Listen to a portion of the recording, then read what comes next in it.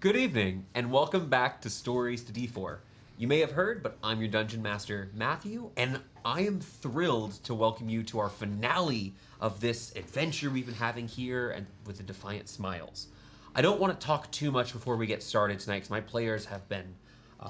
the anticipation has been high, to say the least. So I want to open things up, reintroduce our players that we have here this evening. Hello. I should have done a different GIF on the tweet. That's okay. Well, because you said anticipation. Okay. Now here's the thing. Mm-hmm. We have been streaming for a while. You've been playing these characters for a while. I don't think the tension in our private chats, in our Discord server, has ever been as high as it's been these last couple of weeks. Things are bad in Dunnsmouth. Things are very bad. You're going to be down a player here tonight. Cool. And you're going to be facing, we'll miss Clella, but we'll be seeing them for our next stream.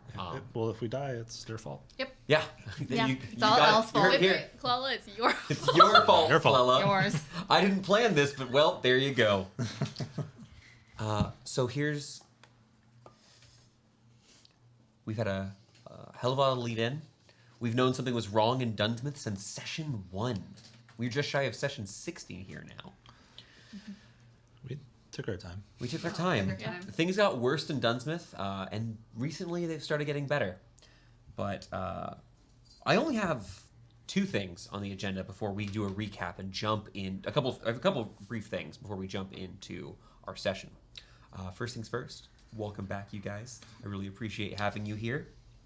Now, I am curious, and you don't have to tell me, but I would love to know, and maybe if you can find it in your heart of hearts, you could even share with the audience, how many bicycles are there floating around the table? I have 2. Fat goose egg. Not a lot. Oh, we have 3. Ooh, bring that head over here, Alex. We got 1 from the man off screen. All right. I have a cat. Can I trade her in for anything? It'll require an Eldritch Blood ritual. Never mind. Yeah. Whose blood? I guess I didn't say it would be Jazz's blood. Jazz. is Upgrades, now Cole. people. Upgrades. I'm a positive. I'm a universal donor. So, I do want to mention, just let people know, a little bit of a status check-in here with the channel.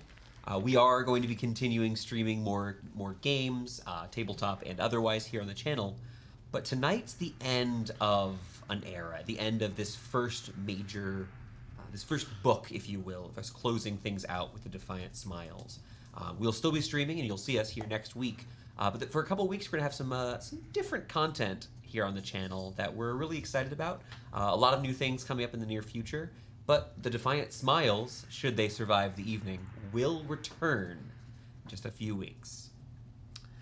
Do you guys have any questions, comments, reminders that people should come follow us on Twitter and join our free Discord? Those are great reminders. Wow. You should follow us on Twitter and join us on our free Discord. And you know what? You earn a bicycle for... No, you do not.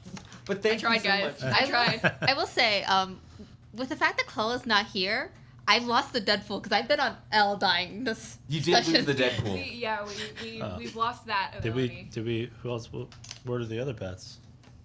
I'm a wizard. Just bet for me. It's really easy. I got 2 red chips on a TPK.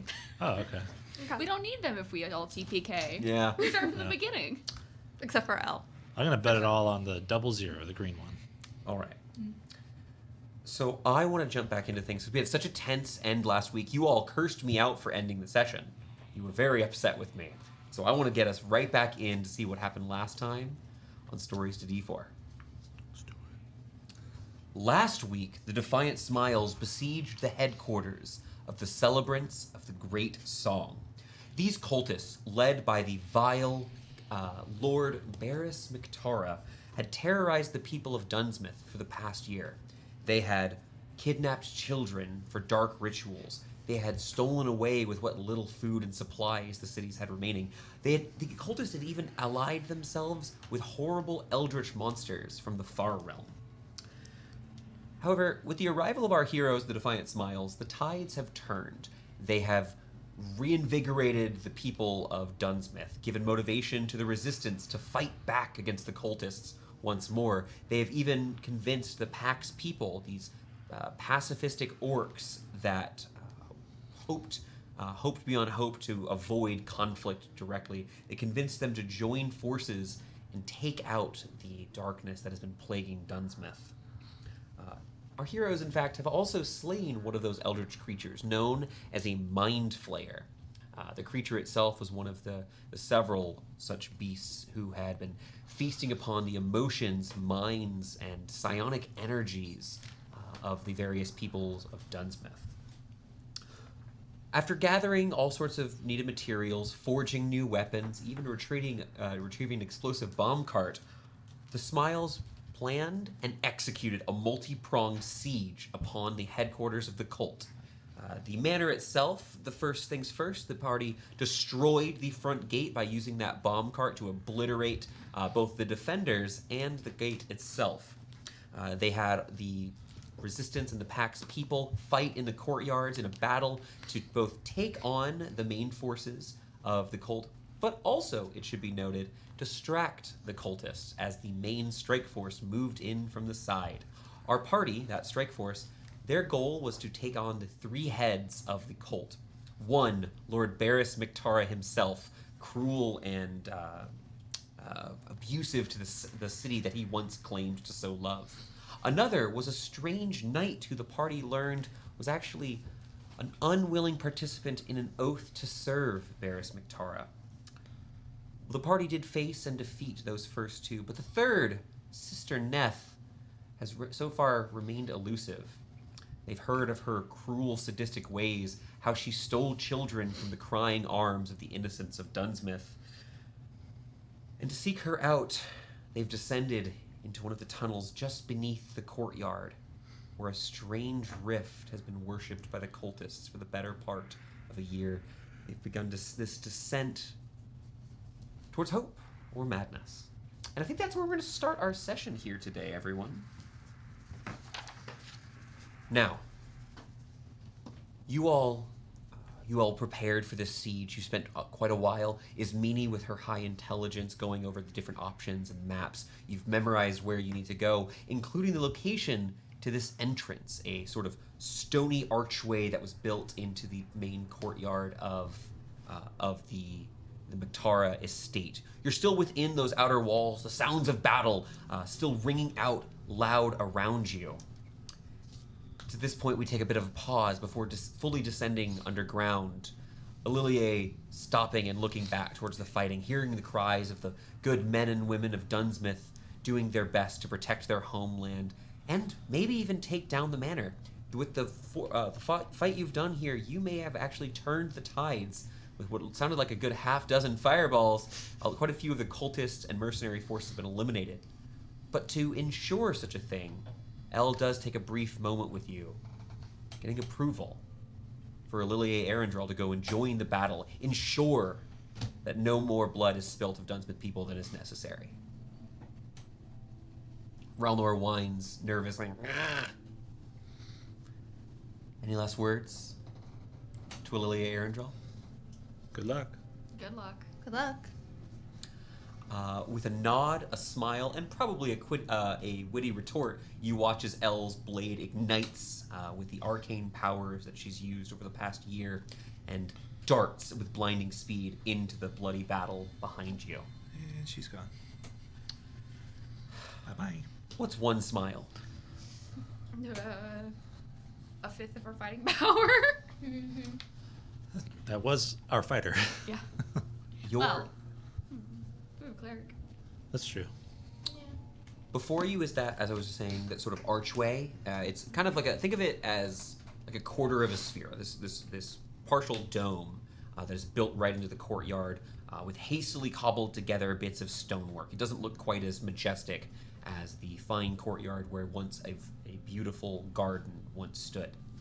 You can see that the stone path descends probably 5-10 feet before leveling out once more and leading to a large oaken door.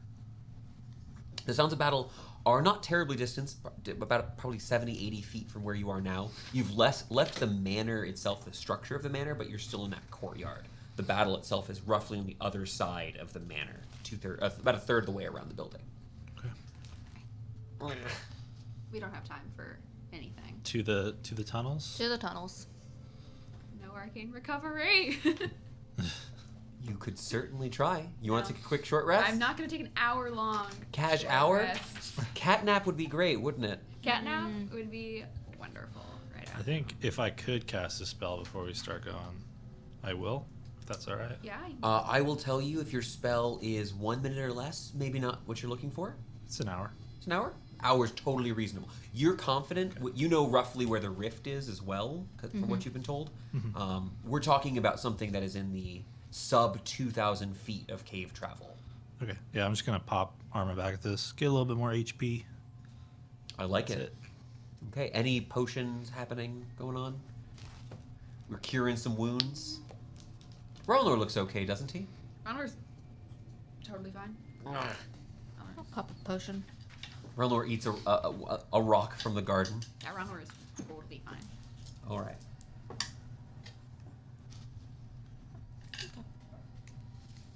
Seven. That's good. All right.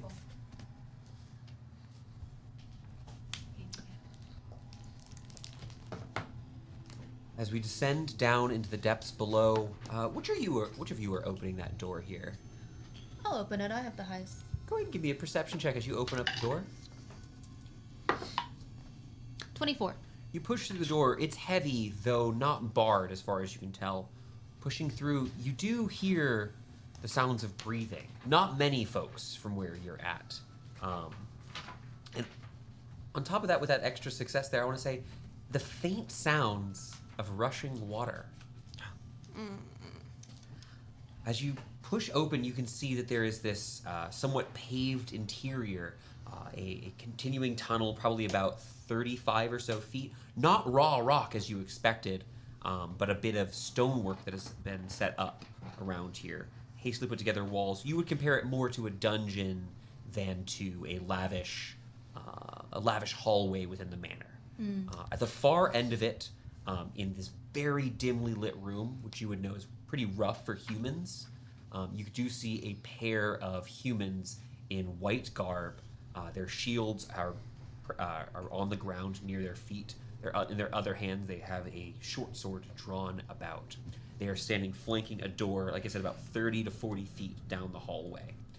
They do not seem to react to the party opening this door. Well, do we want Their to? shields are on the ground, but they have swords out. They're like standing with their hand on top of their shields. Oh, okay. You would wager they could draw out their weapons. Yeah. They're not in the same sort of battle stance you saw above ground. Where you are, the sounds of combat are still quite loud. Occasionally, there's the sound of a distant explosion of some sort, bits of dust and pebbles sprinkling down atop you, denying you any sense of ease in this tunnel. I did prepare stone shapes, so in case we need to fix this tunnel. I don't know if we can deal with these guys like silently. We trying to be stealthy, or are we just going for I it? think we're just going for I think we just All go for right. it. I don't think there's any point in trying to be stealthy. Okay. Who wants to take the first shot? I'll cast a spell. Okay. Sure, are you stepping into the room? Yeah. Okay.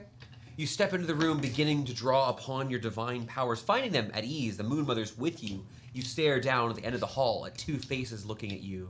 Something like this. Oh god. Husks, yeah. Here we go. Initiative? Sure. Go ahead and roll for initiative, everybody. Hell yeah. I'll write that down. Swallowed it wrong. Oh my god. Not bad. Doing all right there? Yeah, just Okay. dying a little bit. I'll I know the Heimlich. Choking on water? Well, usually you throw up when you do the Heimlich anyway, so that might. Perfect.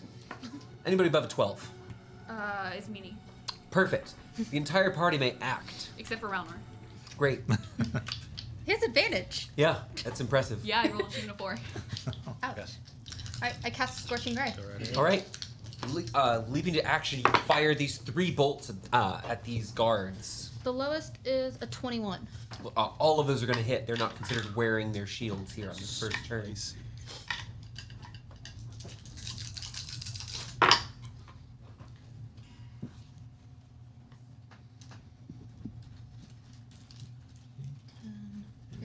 19. 19. As you fire these bolts, 1, 2, 3, the husk roars out, its face briefly going not into agony in the way you'd expect someone who is injured to be, but kind of fall. The smiling face goes away in a very neutral expression as it reels back. It's clearly deeply uncomfortable with the flames that are on the outside of this creature. Anything else in your turn? Are you advancing into the room? I'll advance a little bit more into the room. Pushing into the room, you have no sense of traps or anything hidden here as you proceeded forward. This is a pretty clear rectangular room. This is kind of like a buffer from the outside to whatever's beyond this door. Mm-hmm. Next. Me? Okay, I'll go. I'll move up a little bit closer into the room, and I will get into melee with one of the guys. Sure. It is. If I could get there. It's about. You have to dash about 40 feet. Oh, I have to dash? Then I won't dash. I'll just get up as much as I can with my movement, and I'll do Eldritch Blast. All right. Targeting the injured guy. Yeah. Boom, boom, boom. You fire your bolts here, and quickly striking against him. Ooh, I might miss on a couple of those. 14, a 19, and then a 28. Oh, 2 hits. Okay. These guys don't have shields. 19s would be pretty insane. These guys, are probably wearing what looks to be chainmail or potentially a breastplate underneath their armor. Underneath their robe, excuse me. 28 points of damage. 28 points of damage. You watch as one of the husks crumples to the ground, defeated. The other one turning. Won't you consider our offer? Make a wisdom saving throw. That's a no. We simply wish to... Natural 5. The husk, seemingly not caring about the death of its companion. 11 points of necrotic. 11 points of necrotic damage as you strike against the Toll of the Dead. Cool. I always want to know that the spell, though, just to confirm. The bells ringing out here. The creature itself, you watch a trickle of blood coming out of one of its ears. Takes a step forward.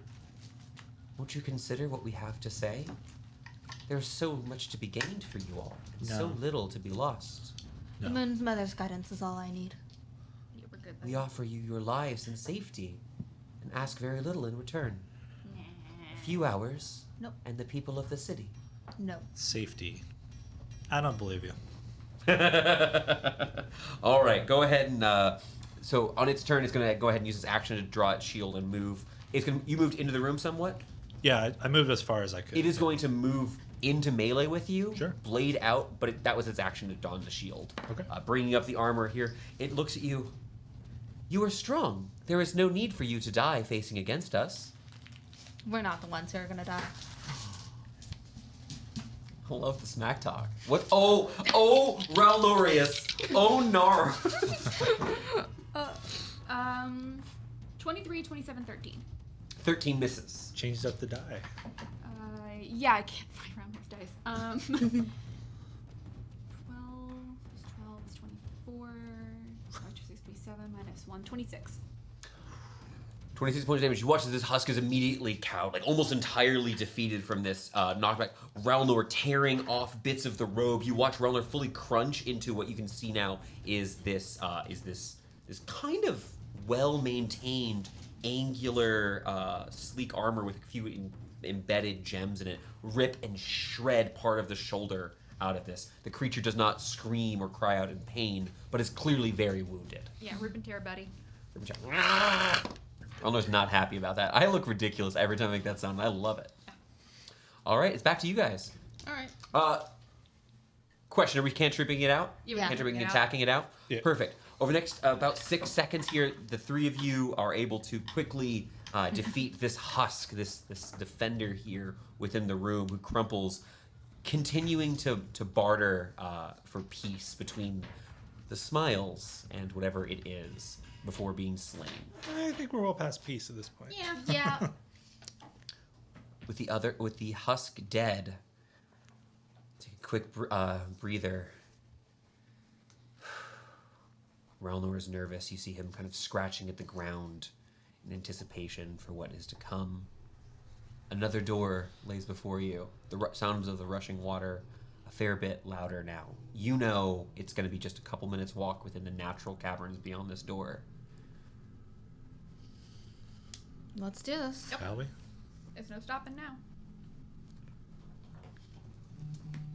push into this. Are we going sneakily? Are we sneak-a-leaking?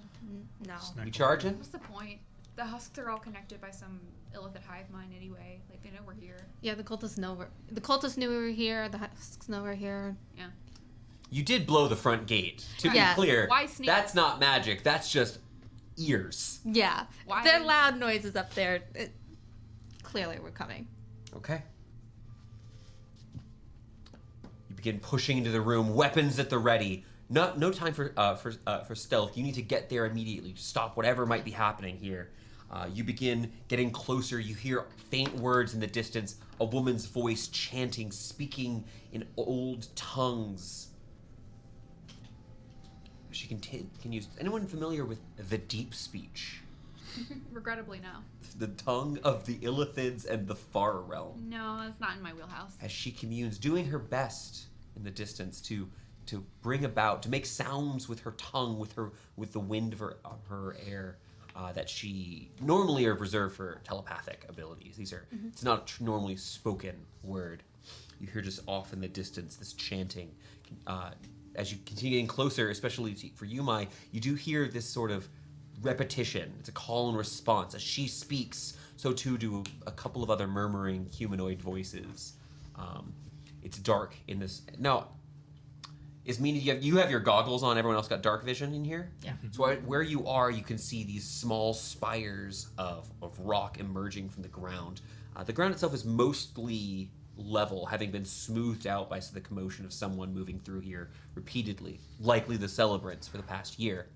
But the spikes themselves and some of these rocky outcroppings at points might even require you to climb or jump a little bit for some of the particular points.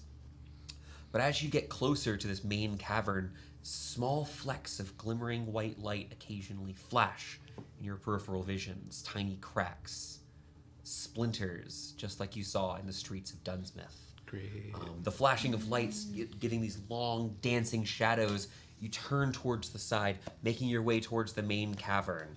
Let's talk a little bit about what you see before you. Most of the cavern itself is dimly lit, flickering with the light of the rift itself. You see in the center of the room is that glowing rift, probably about 6 to 8 feet off the ground is where the majority of it, and it stands roughly 10 to 15 feet tall. It's tall, it's relatively thin, but it's not holding a perfect position. It occasionally sparks out into these sort of angular permutations to the side, other times cracking like shattering or splintering glass. Staring at the natural stonework that surrounds the wall. Most of the stonework, say to the east, west, and south, looks to be this sort of ruddy, orangey color. Staring at the natural stonework gives a strange sense of dread. It's almost as if you're in the belly of some sort of beast.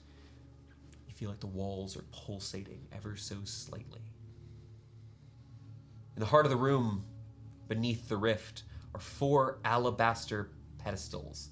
These roughly chest height, torso height like altars of a sort. They look to have these strange grooves etched into them, almost like arcane runes, with a large inset stone in the top. Like a polished white stone has been made into here. As occasionally when the rift pulses, you watch as that same pulsing light is either mirroring the rift or the rift is mirroring it. It's hard to tell on first inspection. Around, concentrically, these pedestals are celebrants, armed, many of them kneeling with their arms at their sides, chanting along with the priestess who speaks loudly now. You just hear her words. You hear her speak, Lux Domine. You hear these words belting out above the rest of them. And all these people just seem in a mixture of pleasure and pain as they repeat the chants, pulsing again with this rift itself. On the far side of the cavern, there's a woman standing on one of the taller outcroppings of rocks. She wears a fiery orange dress that descends all the way down to her ankles. She's this flowing thing, layers upon layers of dyed fabrics, gilded at the trims. In one hand, she holds a silvered sword, wicked and glittering in the light of the rift, with it's been freshly bloodied. It's crimson down the blade. In the other, she holds a double-ended scepter, each end with this sort of vile spear-like nature to it. As she speaks another stanza in whatever prayer she's giving, she raises it again, and the rift seems to respond to her. She gestures to the side, kind of turning wildly. Even in the dim light here, you can see her eyes are wide. This sort of portly man, loose-fitting white clothing. You can see that he's clutching one of his arms, and through the white clothing, you see just a pool of blood spreading around. Time's not passing while I'm narrating, by the way. This is all kind of happening all at once here. You see him kind of wincing in pain, but looking up at her, maybe a bit of joy, confusion on his face. She continues her chant. There's a few more things I want to mention, and I'd like a perception check for the party to see how well we do. Mark me for a natural 20. Ooh, natural 20. 26. 26. Yeah, but what'd you get? 19. Yeah. Oh, what'd you roll, like a 4? 10. Yeah, okay. I got a 16. Okay, solid all around. Couple of things you guys notice. 26. Absurd. I roll well on a First, Laurentius, it catches your eye on the ceiling. Glittering green light. Embedded into the ceiling of the cavern itself, probably about 4.5, 5 feet wide. At first, you think it looks like a singular gem. An emerald gem embedded into the ceiling just above the rift. Probably still 30 feet of space between it and the rift itself. But upon closer inspection, you can see that, at least on the outsides of it, and maybe in portions of the center, it actually looks like hundreds, if not thousands, of tiny gems that have almost been compressed into one point. It seems to be vibrating ever so slightly, bits of rubble pushing out on the sides, as if it's in motion, trying to move. Mycelia, you see it a bit further away, probably about 40 or so feet further on the ceiling. There's a large crack where the water has been pouring down. You must be beneath the river itself. It pours down into what looks to be a blackened pool of water, its depth difficult to gauge from this distance. It is currently surrounded by what looks to be a series of these risen up stones, and is descending away from the main chamber. So it's not a river pouring towards you, it's almost like a river of water pushing away deeper underground. But DC 25, there is a faint, shimmering bit of light around Sister Neth. As she stands there speaking, you see this orb surrounding her, probably about a 10-foot radius orb around her. Just making me an Arcana check, Lady Callister. Wonder what that is. God. Ooh. 26. The 26. Consistent. This is a globe of invulnerability. This is a spell that would protect from certain forms of magic, specifically magic of 5th level or lower, but you would also know it's a very stationary spell. It'll stay wherever she currently is. She stands there. It also looks like it may have been... It's a bit odd, because there's something strange about the magic, but the 26, I'll go ahead and let you know. You've seen this spell cast in the past. There's something sloppy about it, something that doesn't remind you of the honed arcanists you've met in your past. It also doesn't last forever. It also doesn't last forever. She speaks loudly. Please accept this offering! Your people need you! The others do not truly believe, but I did. I sense the falsehood of that bastard Mictara. I can smell it. His death, his weakness, his inability to do what must be done. This one, she gestures down to the portly man on one side. This one here lived a life of gluttony and sin. But for you, Lumarok, he is willing to give up everything. His home, his jewels, his fine merchant robes, and his flesh, of course. You. She taps the scepter on the ground, a brief flash of violet light, and turns to a man in a dark cloak on her side. Hood pulled back. As she taps on the ground, you watch as the man kind of bowls over a bit, as if he's hurt. Open the rift wider, that our sacrifice may be offered. hooded man kind of looks up at her and takes a few steps forward and begins speaking next to one of these. Begins speaking next to one of these altars. What is the party doing now? Smash and grab. Are we giving 5 more seconds? Are we we roll initiative? What are we doing, guys? Shock and Attacking. Yeah, we roll for initiative. All right. Seeing whatever's happening, this hooded man. Let me go ahead and move that hooded man ever so slightly. Yeah, I need to hear the words he's saying. Go ahead and roll that initiative for me, everybody. Ooh, we did it. This is one you want a good initiative for, I hear. Wow. This die. You have a winner over there? I've had a winner the last 2 sessions. All right, I'm going to go around the table. Let's get Laurentius. Natural 20, 22. 22 for Thorn. My? 18. Yo. 18 for Ralnor. Oh, 17 for his meanie. Dang. Oh, no. stacked. Okay, one second. I'm just going to do something Stacked. quick. 18 for his meanie. 18 for Ralnor, 17 for his meanie. Ralnor. What's your dexterity modifier? Ralnor is a +1. No, what's your dexterity? Oh, Sorry. I am a +2. It's meanie. Okay, cool. Sorry, we had some exciting ties on initiative. Multiple initiative ties, actually, here. Uh-oh. All right. I wrote Thorn twice. Thorn at 22, I can Round go- Lord 18, I can go someone twice. else at 17. Is Meanie at 17? My 18. My 18. My 18. I just wrote... That was the problem. I was like, what happened here? You're Thorn now. I can go twice. I'm a second Thorn. All right, Thorn. Nobody wants that. You see this man, like it looks like something hurts him as she's using her scepter. Walks up, places his hand upon one of these pillars, and you dive into action. Do you have any questions here from a gameplay standpoint? What you're seeing here? Where's the Not- rift is in the circles? The rift itself is Like is right there. hovering right above where these Not- altars are. Can Not- I wizard? That specifically? You can do skill checks on your turn, but you can ask just basic questions outside of it.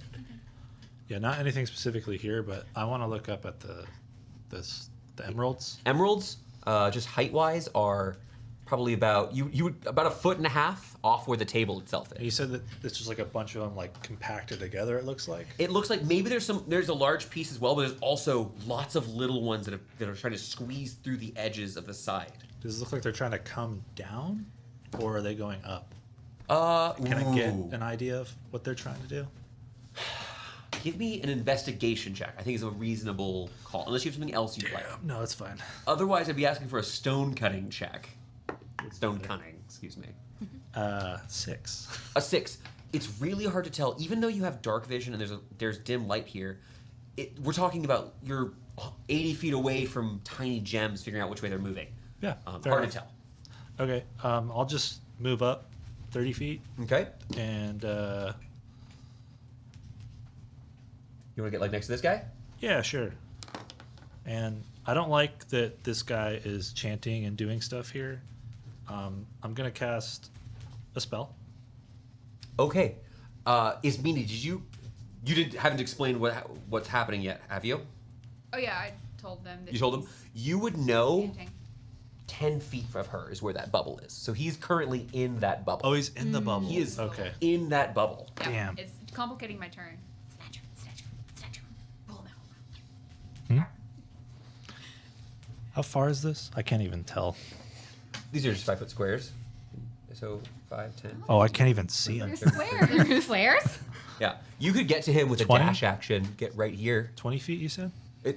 35 to get here, 30 to get right here. You'll be touching the altars at that point. I don't like that for you. You didn't sneak, so you're not convinced these people are surprised. They are armed, Right. but kind of appear less focused on you. It's hard to tell if they're going to make the attacks of opportunity or not. They're busy. So to here is 30? Yeah. Don't worry about him. What you thinking, buddy? I'll dash, but I'm not going to do my full dash. I just kind of want to get to here, if that's all right. Go ahead and move yourself there. As you step so close, the rift itself between you and this man.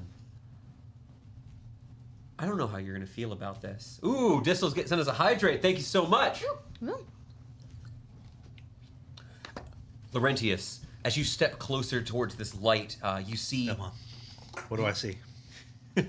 Give it to me. you see placing his palms atop this, a man, his hands covered in scars, burned and injured, as he seems to be just speaking, activating whatever this sort of device is.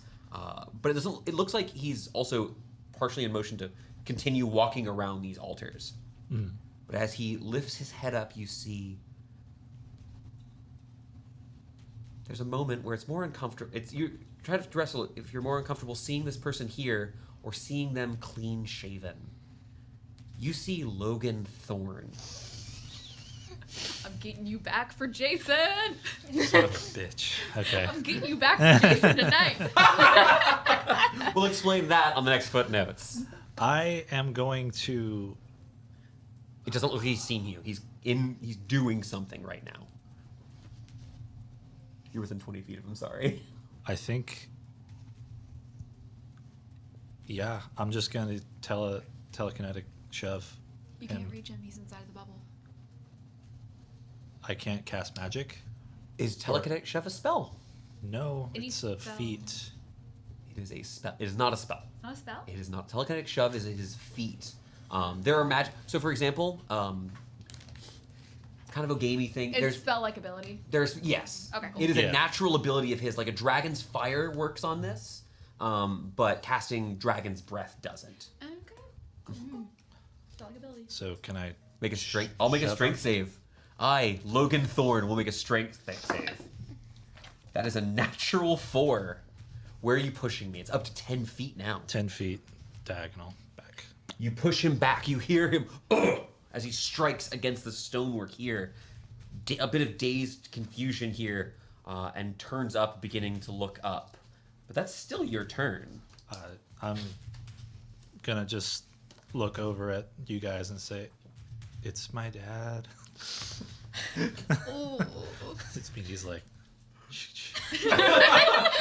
She's like, uh-oh.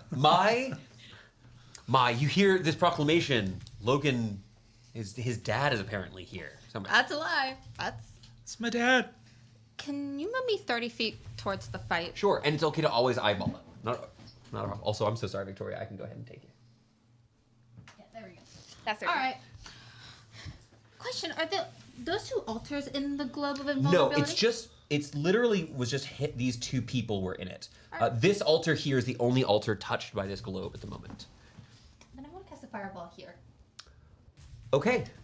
And I do want to hit the altars. Crispy thorn.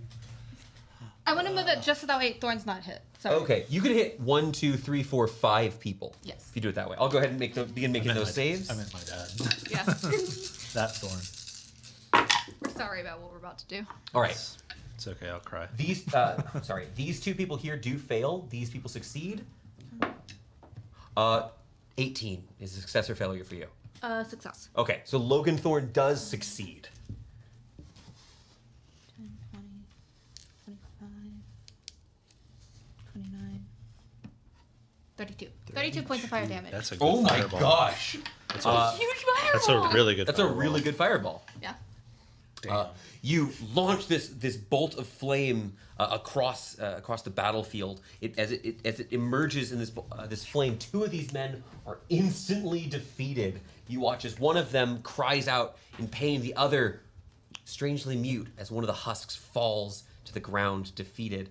The shimmering effect of the walls itself seems to squeal. Maybe you've hurt the cavern in some sort of way. It does look like these people here are quite injured. Mm-hmm. But you still have your turn. Do you have a bonus action for me, or are you good to go?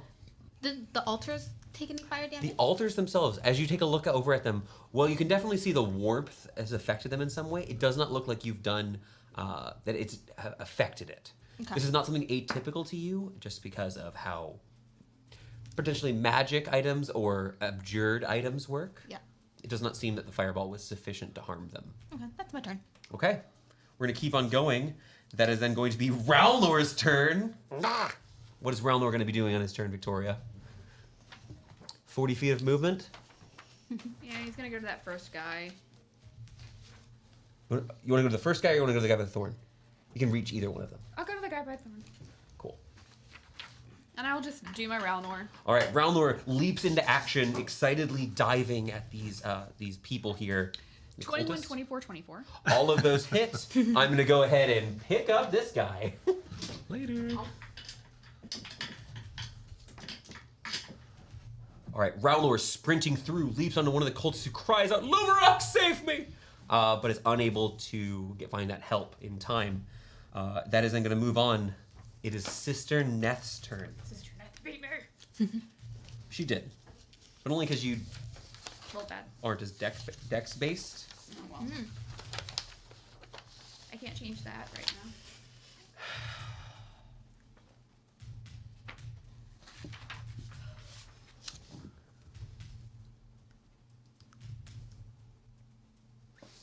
Seeing what's happening here with the party arriving here. Why have you come to this sacred place?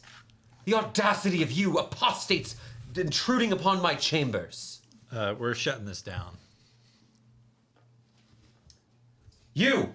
She turns over to Logan. Once again, lifts a scepter up and taps the ground. Is going to use her action to command Logan. Oh, dang it. Logan Thorne is going to begin casting a spell. I am way too far away to counter. Okay. I believe. You would also recognize the spell to be Firebolt. Oh, whatever. Everything good on spells? Are we okay with that? Yeah. All right. I'm going to go ahead and take a shot. Didn't you respond verbally? Anybody sass her? I did. You sassed her? I said we're shutting this down. Oh, perfect. I'm going to go ahead and take a shot at Laurentius. Logan begins conjuring the spell, and it's at this point his eyes lock with Laurentius as the bolt of fire. Daddy. Daddy. Daddy. Papa. Papa, no. Daddy, no. 1 second. I'm going to make a wisdom saving throw real quick. Excellent. I'm going to go by Firebolt with disadvantage. Fun. You watch as he fires this. That is going to be a natural 1 for me. That's a miss. He conjures up this bolt of flame, relatively powerful looking, and as he throws it across the room, you watch as he wrenches his wrist and it collides with some of the one of the stalagmites nearby, shattering and splintering stone. That is Sister Neth's turn. She looks over him, cursing under her breath, and readies her sword, staying where she is for now. That'll then be Ismini.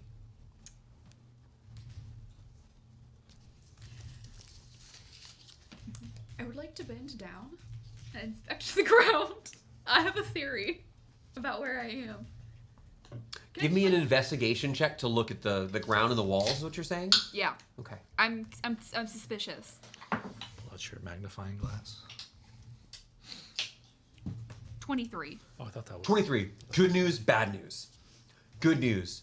You look down at the ground and are fairly confident this is the stony cavern beneath the city. You look over to the east, to the south, to the west.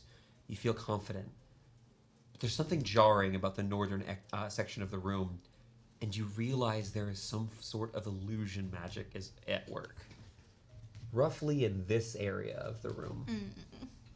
The walls themselves are wriggling because the illusion itself is being disrupted by whatever magics of the rift there are. Should I do it? Yeah. I'm gonna walk forward and cast a spell magic.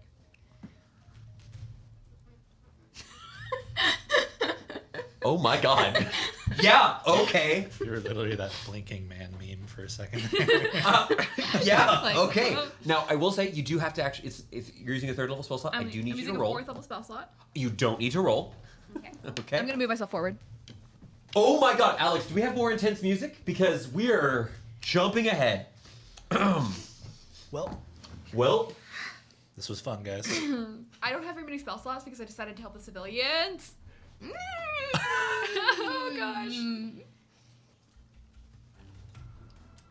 Guys, I have no 3rd or 4th level spell slots. I used to know what that thing was called. Oh, Oh.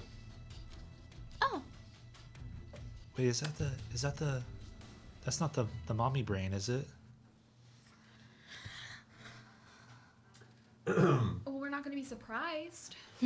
nope. They're no longer considered invisible from you. Okay, wow. Ismini, sensing something is wrong, you reach out, casting Dispel Magic to the side, when suddenly it looks almost as if the northern wall erupts.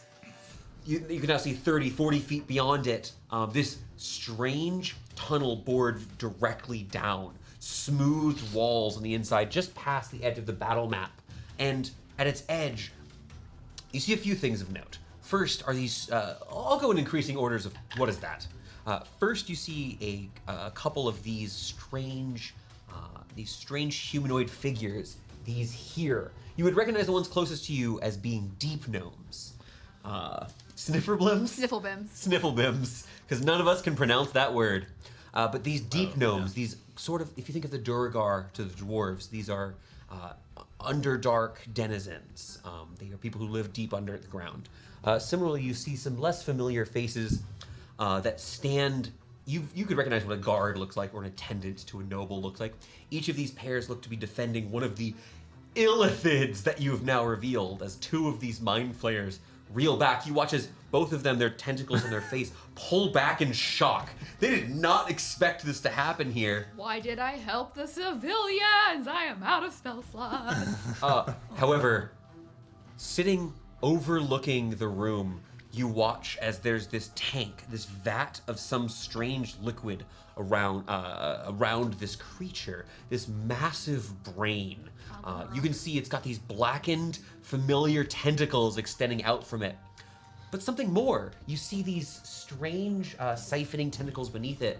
Now that the illusion is shattered, you watch as some of them are actually pushed out further into the room as light from the rift has been siphoned off. You watch as it is sucking energy from the rift itself, pulling back these tentacles somewhat in surprise. It did not expect this to happen.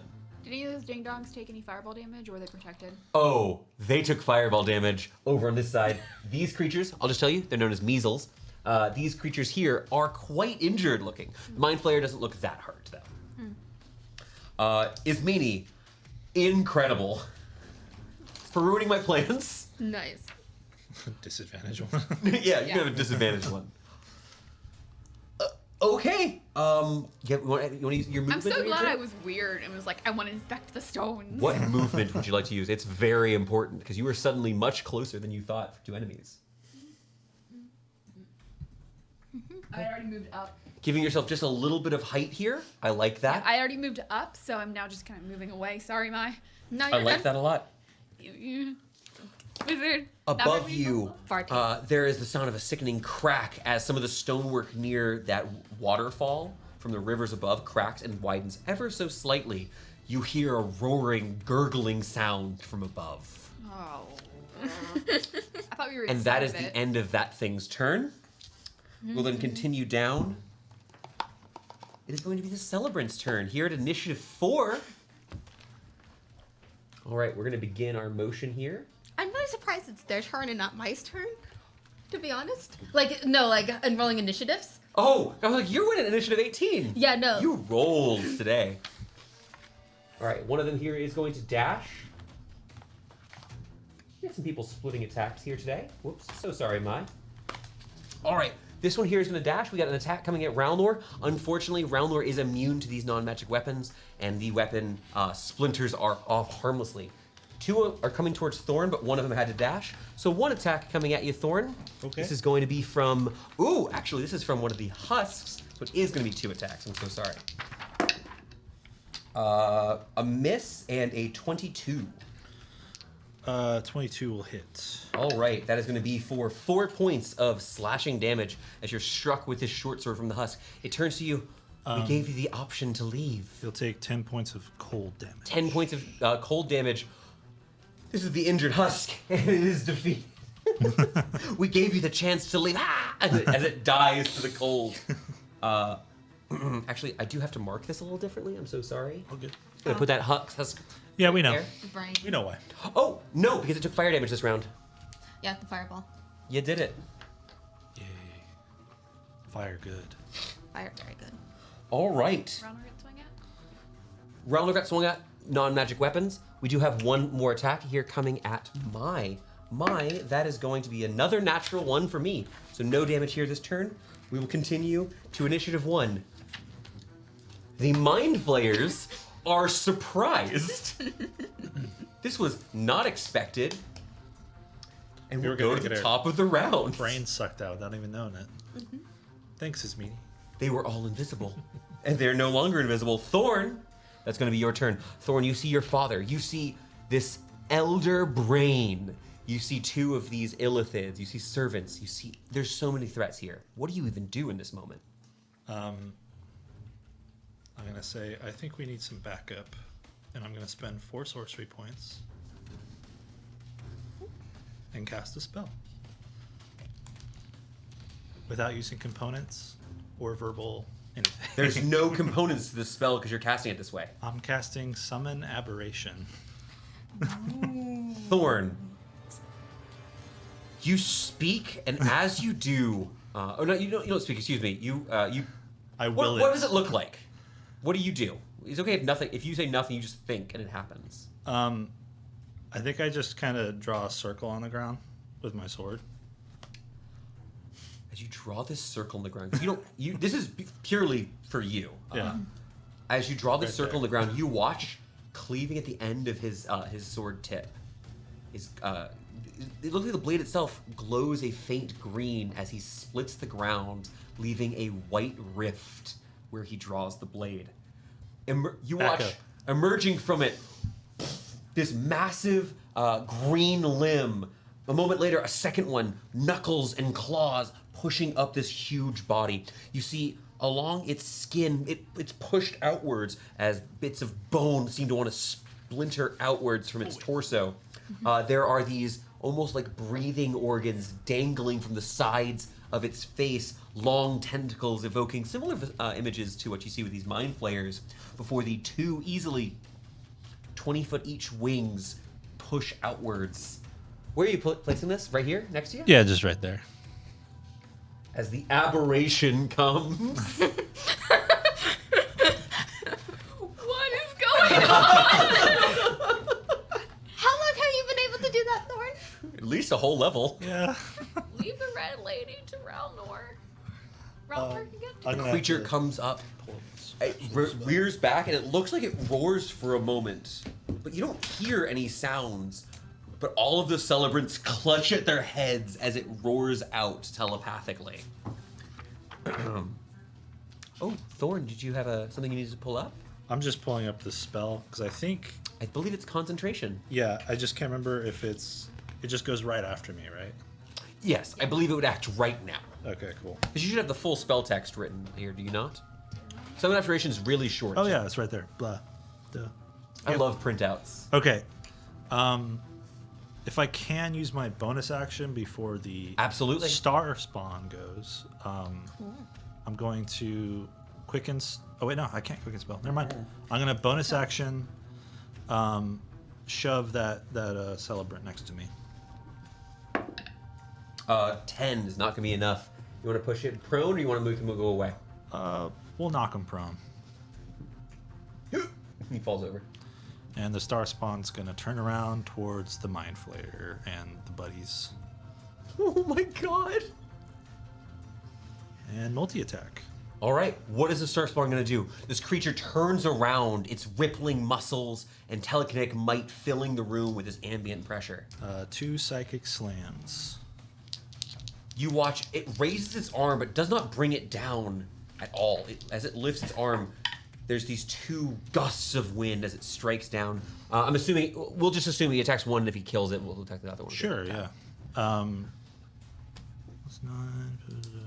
This is at one of the Illithid Thralls. 27 and a Super hits. 25. Both these absurdly hit. Okay. Go ahead and give me the damage. Strikes down against the first measle. Yeah, not so great. 22 points of psychic damage. It strikes down. This creature looks so insanely injured, and it took the fire damage, so that is actually going to be enough to take it down. That fireball did more than you thought. I just didn't. I couldn't tell you quite then. Oh, I forgot about the How much was the second hit? second hit. That was 2. Oh, I needed them separately because we said if he kills one, he'll just attack the next one. Oh, then it would have been just 8 and then 8's enough. 14. 14. He's going to immediately strike down these 2 creatures. You see both of them bring their arms up and are struck down. Yep, that's the star spawn. Multi-attack 2 there. I like it. It will then continue on from Thorn's turn to Mai. Ralnor's on deck. Mai, something ungodly just happened. Yeah, I'm not really liking this. Can I note if I am here, am I at about 30-foot radius of everybody except for like these people? Yeah, I'd say you probably aren't quite here on the deep node. You want to go a little closer to make sure you get all of these dudes? Yeah. Yeah. I have 10, 15, 20. I would actually say look like you're in 30 feet of everyone but Logan Thorn. Great. Can everybody make me con saves? Is it only your targets? Or Huh? is it Yeah, every it's all person? my targets. It's Oh god. Okay. my channel divinity. Radiant Fantastic. Light. You'll tell me what happens here in a second. I'm going to tell you who passes, who fails here. What's the DC? 17. 17. Spell. Celebrants up top. Not a spell. Pass. Celebrants on the bottom. Fail. The Thralls. Fail because she's at 17. Yeah. The Illithids, number 1. Number 2. Fail. The Elder Brain passes. So, And she has to roll as well because it's not a spell. 16. No, I don't have it there. So it's a lot of failures here. Basically, the only success that really matters is going to be the Elder Brain. What happens? On a success, you take half damage. On fail, you take full, of course. Okay. Radiant light bursts out of me in 27 points of radiant damage. Oh my god! I rolled a 10 and an 8, and that's a +9 to it. Nice. He's injured. They're still worried about the number of mind flayers, though. The gnomes look very hurt. The gnomes look very hurt, but are not quite down. These 2 gnomes are bloodied now. I'm gonna go ahead and mark.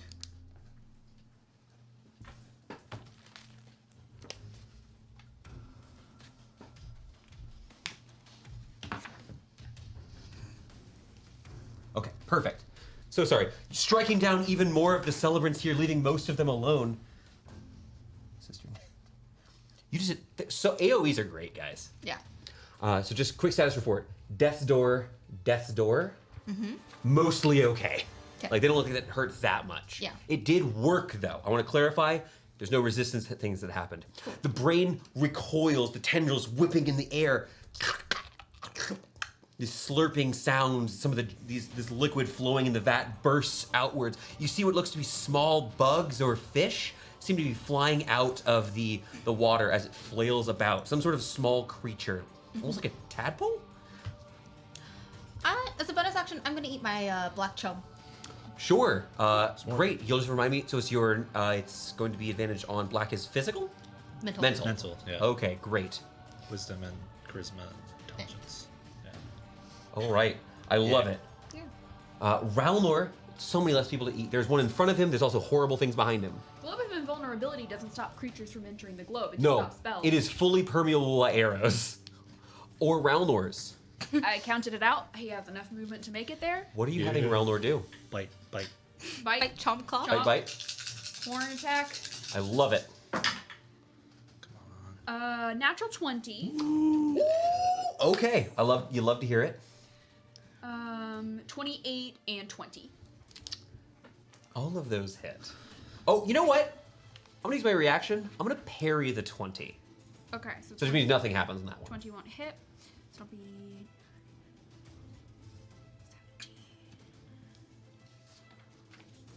29 points of damage.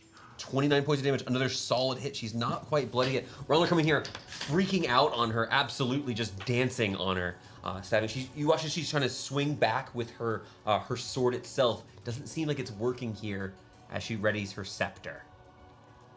And then we're going to continue. It's Sister Neth's turn. Okay, so let's see.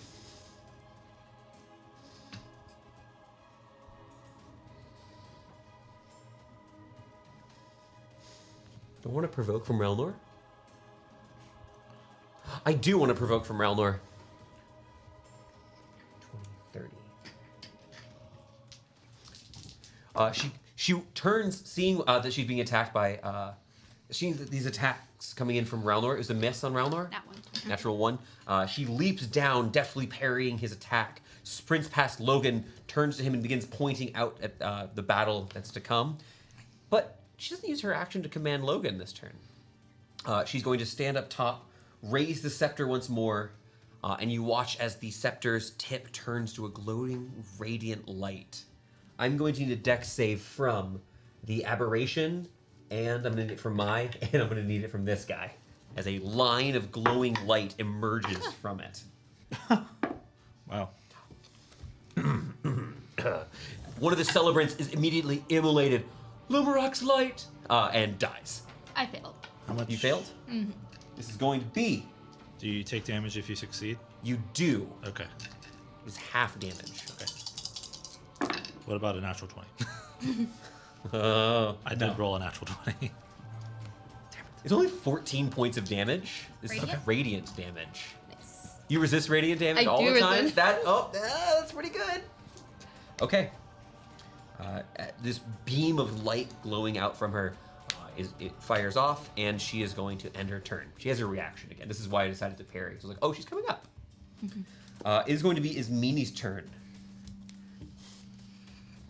Raldor is now in the globe of invulnerability. I'd like to use my wizard brain to determine if the brain is the target. What Is does that this mean? the largest threat to us right now? So here's the thing. I don't like that question because it's solve the puzzle. But I have a No. I have a no Do I but. know anything about this creature? Is what That's I the want. but. Yes. That's Give the me question I want. an Arcana check or a History check. I will Religion do is it. not a valid one for this We'll one. do an Arcana check.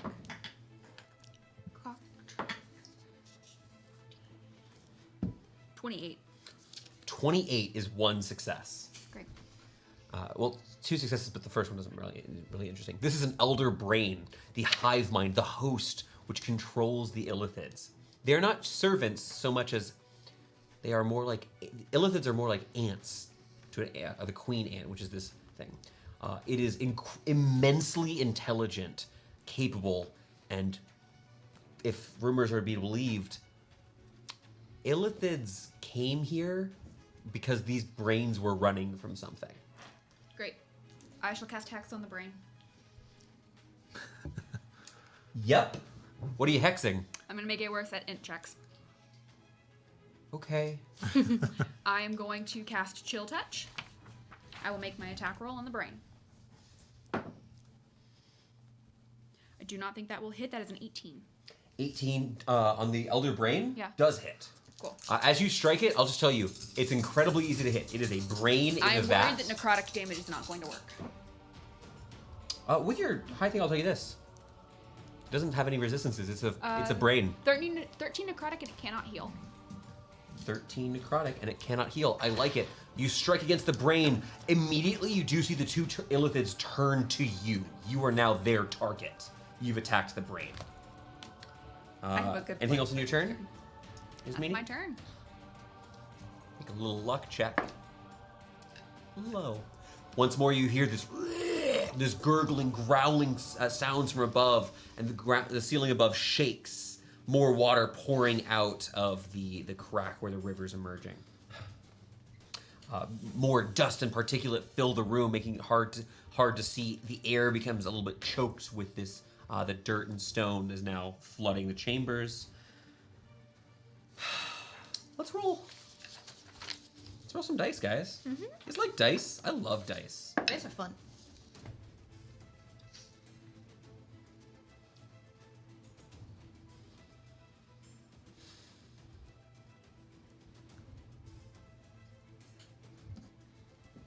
Nothing happens because you've already revealed that piece of information. Oh, cool. We'll then continue on to, it's going to be Logan's turn. Logan is going to make his wisdom save at the start of his turn. Does fail this time and is unable to ignore his previous action. His previous order, excuse me. He's going to move up onto the top of this. God. Ralnor's in that bubble, isn't he? Okay. Well, I'm going to keep shooting Thorn. Ralnor, this time you watch as your father speaks a few quick words, drawing a series of these points in the air, and where his fingertips stop, there's a bolt, boom, boom, boom, boom, as he casts Magic Missile. You watch as 4 of these missiles begin spiraling through the air towards you. Any reactions you'd like to make here? Shield. Shield. You bring up this quick blue shield that surrounds you, and the missiles dissipate into nothing. beyond it. He's then going to stand at the ready. You do notice, as far as you've been able to tell, he's not currently using a spellcasting focus. He's just that good. Okay.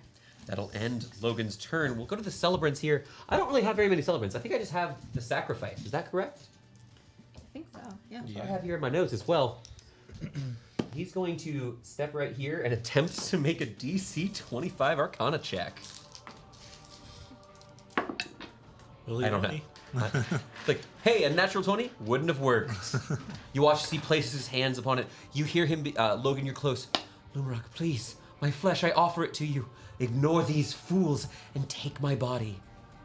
You see as he's praying out, trying to make this altar move, it is still just simple stone beneath his hands, and he's unable to activate the altar any further. That will then be... This is a bad turn. This is a bad touch turn. We're going to start with, on the Illithid side of the battle, these two deep nodes. 5, 10, 20, 25. Oh no, I have to dash to get into... This one's going to dash to get on the rock with you. The other one's going to have disadvantage because you're so much higher than he is, because he's a gnome and stands about 2.5 feet tall, and you're on a risen platform. First attack with disadvantage from one of these Mind Flayer thralls is going to be... Would have been a natural 20, but instead this is a 12. 12 is a miss. The other one is going to not make an attack because he dashed to get to you. These two gnomes charging up towards you, trying to get the best of you. We will then continue on. It's the Illithid's turn.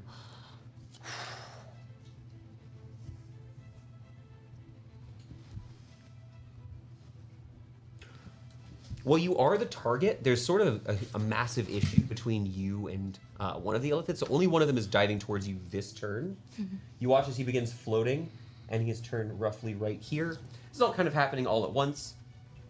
I'm going to need an intelligence saving throw as this shunting force of mental ability is forced through your mind.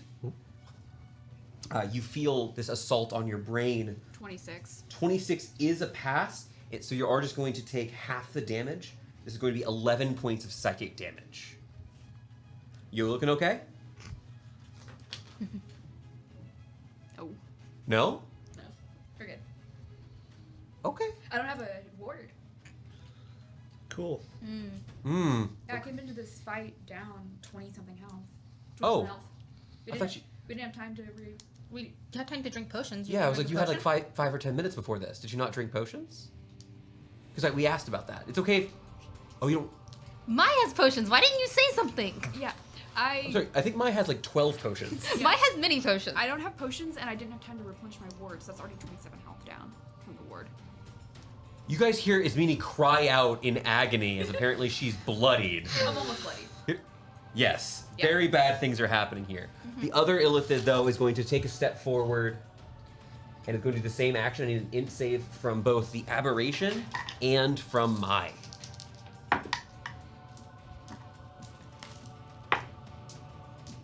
18? 15. 15 is going to be a fail. 18 exactly passes. Oh, okay. Mai, you are stunned and take 22 points of psychic damage. Ouch. The Aberration takes 11 points of psychic damage. I'm immune to psychic damage. It takes no damage. Yeah. Reaches forward. The Illithid, a bit confused, not sure how to fight this thing, reaches out with its most powerful ability. It's Telekinetic Mind Blast. Well, Telepathic Mind Blast.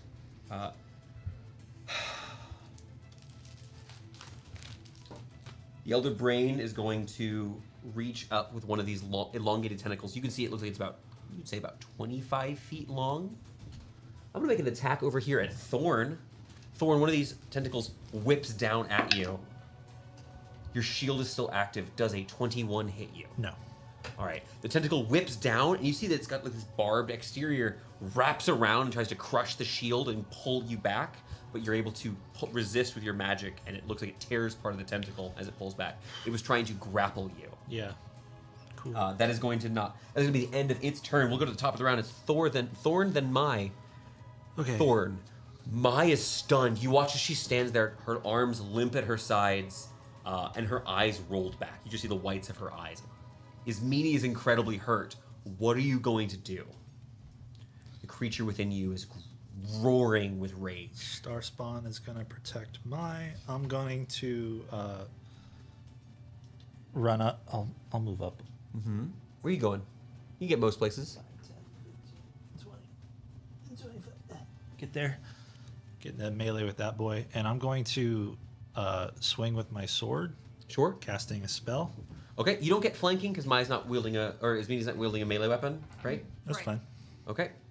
I don't have one.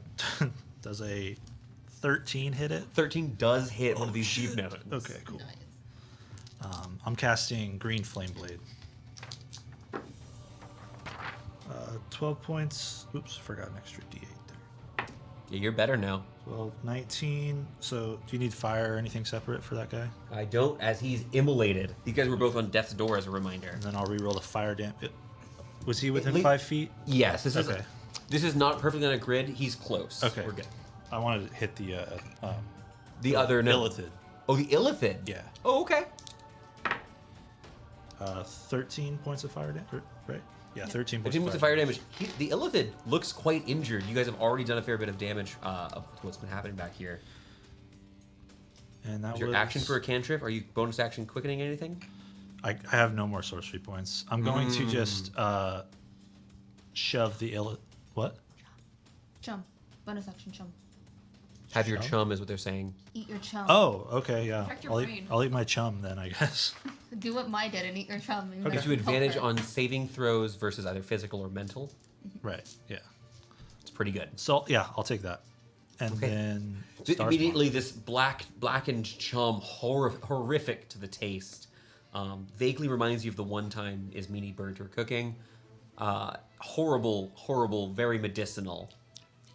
And you feel you almost feel a little deaf to Perara for a brief moment before you loosen up in the battle and are once more united with him. Stuff's bad.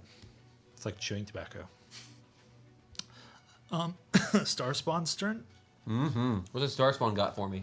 Starspawn's gonna slam the Illithid in front of it. Okay, slamming down on this Illithid. This is the one who has a little bit more health where he stands. Actually, it's roughly the same because you fireball. AC 15. They both hit them. All right. Once more, you watch as it raises its hand. This time, you see the Illithid getting thrown around by what looks to be like a larger form of itself. So 11 plus 14. 25 points of psychic damage. 25 points of psychic damage, and it looks like not all this damage went through. It looks like these guys aren't figured. particularly well suited to Also, fighting each other. at the start of the Starspawn's turn, creatures within 5 feet of it have to succeed a Wisdom saving throw. Yes, Mai, you're outside of this. 10. What happens to me? You're gonna take 2d6 psychic damage. The Illithid. You watch as the Illithid recoils in fear from this creature. 8 more points. 8 more points of damage. It looks quite hurt. It seems. You've never seen a scared Illithid before, but in this moment, you see as the unknown gazes into the abyss. Is that it for you? That's it. We'll go to the Mai. Ralnor's on deck. Mai, you are stunned. You can. A stunned creature is incapacitated. You can't take actions or reactions. I've read this like 4 times in the PHP because I always thought something different. Incapacitated creatures can't take actions or reactions. Stunned creatures are incapacitated, can't move, and can only speak falteringly. That means incapacitated creatures can normally walk, and I never thought that was the case. Now you can't do anything because you can't move, take actions, or reactions. Yeah. But as you stand here in these moments, there's this loud ringing, and it's hard to form a coherent thought. Basically, your mind is played out at the moment. It's been fully. You're smooth. And we are going to then continue your turn. You are no longer stunned. Okay. Excuse me. At the end of your turn, repeat your save. You have advantage on the save. Yep. 15. This is versus the Illithid Mind Blast. Mm-hmm. 15. No, 15 is not going to do it, unfortunately. It's DC 18 on the Mind Blast. You barely got it. Yeah. It's smarter than I am, so. Okay. We're going to continue on. That is going to be... Ralnor. I'm so sorry. I was losing my place. Ralnor. I don't want him anywhere near those Illithids, but I have to. He's gonna go up to the lady in red. begins sprinting after this woman. He's very fast, has a climb speed, gets at her hems and haws at her, and begins biting. What's he got?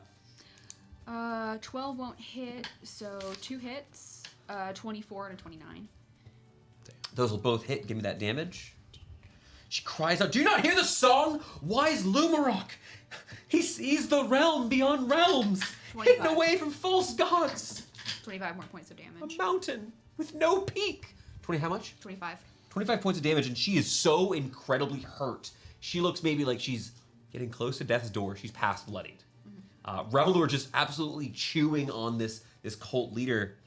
We're going to go to her turn, and she's infuriated. She's going to... you guys can see, though, the beginning of her turn. She takes a deep breath, and the amulet around her neck glows with that orange light. Her wounds slowly begin to close. She regains a small amount of hit points. She is going to go ahead and use her action on Ralnor here. This is such a waste of a line attack, but I need to get Ralnor down. Raises her scepter up and is going to fire her scepter in a line at Ralnor. Will you please roll me a d6? 4. This is a spell? It's a line. You're talking about the carapace. This is a line effect for purposes of the carapace. Yes. What happens on a 4? Nothing happens, but Ralnor would be yeah.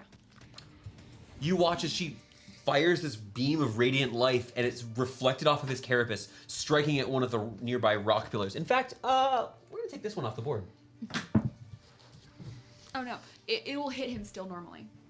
It's just if it's a 6, something happens. Can I see just to double check you? Yeah. On a 1 to 5, Ralnor is unaffected. Oh. He never takes the damage from these. Okay, cool. Bounces off to the side and is unharmed. It's not injured from ranged spell attacks. Yeah, Ralnor's terrifying. Yeah, he's busted. he does just bite things. Right. He can't fight birds, for example. Cats fly. Yeah. Bro. Well, that not working is very bad for me. You should run away. I'm gonna go ahead and use a bonus action, and I am gonna make an attack. She takes her offhand weapon, is going to make 1 attack with her silvered blade here. It's not magical. It's not magic. He strikes against him. You know what? I will look. 19. That would match. As she strikes out against Ralnor and watches the blade unaffected, you just hear her fully cry out a curse. Run. Huh? Run. Run. Ooh, she's not happy. That is going to be Ismini's turn. You will make a con save on the Elder Brain with disadvantage as I cast a 5th level blight for 9d8 damage.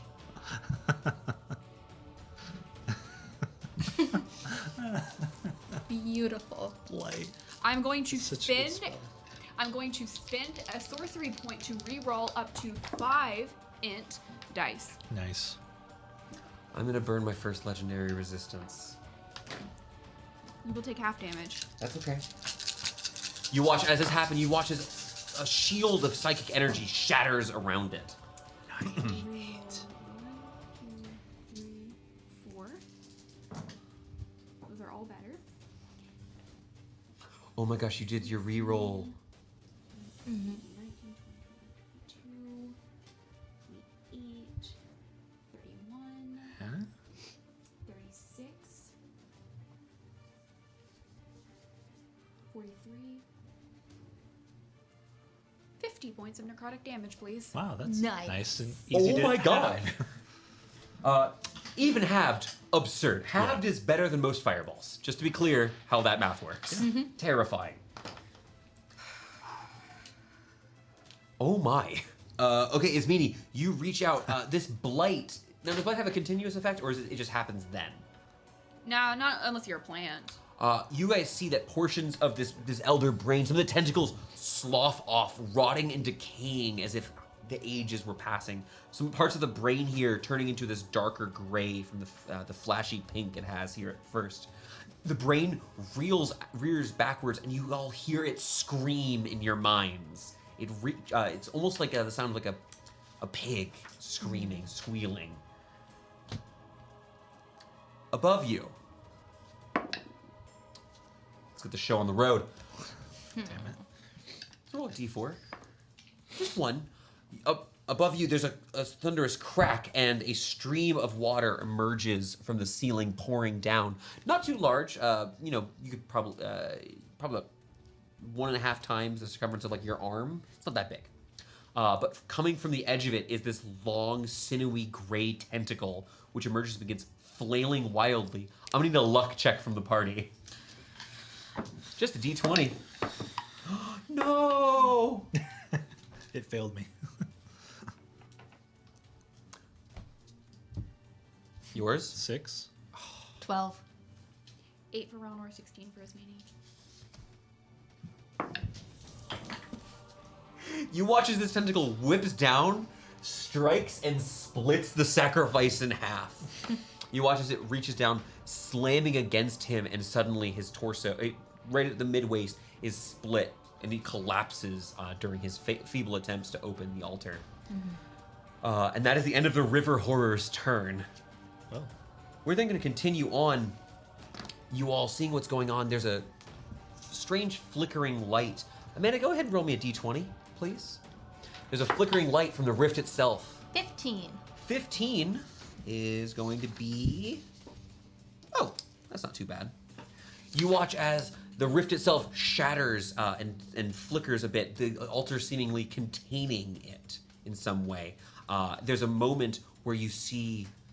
Those of you peering at it could swear you see an eye for a brief moment, before a moment later a creature emerges, familiar, stepping through weapons in hand, and is immolated by the radiant light of the rift, emerging as a charred corpse.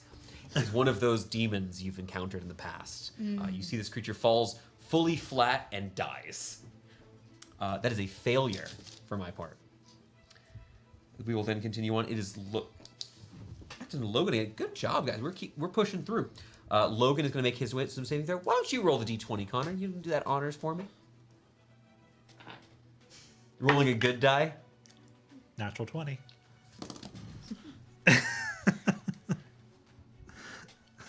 I got witness. Yep.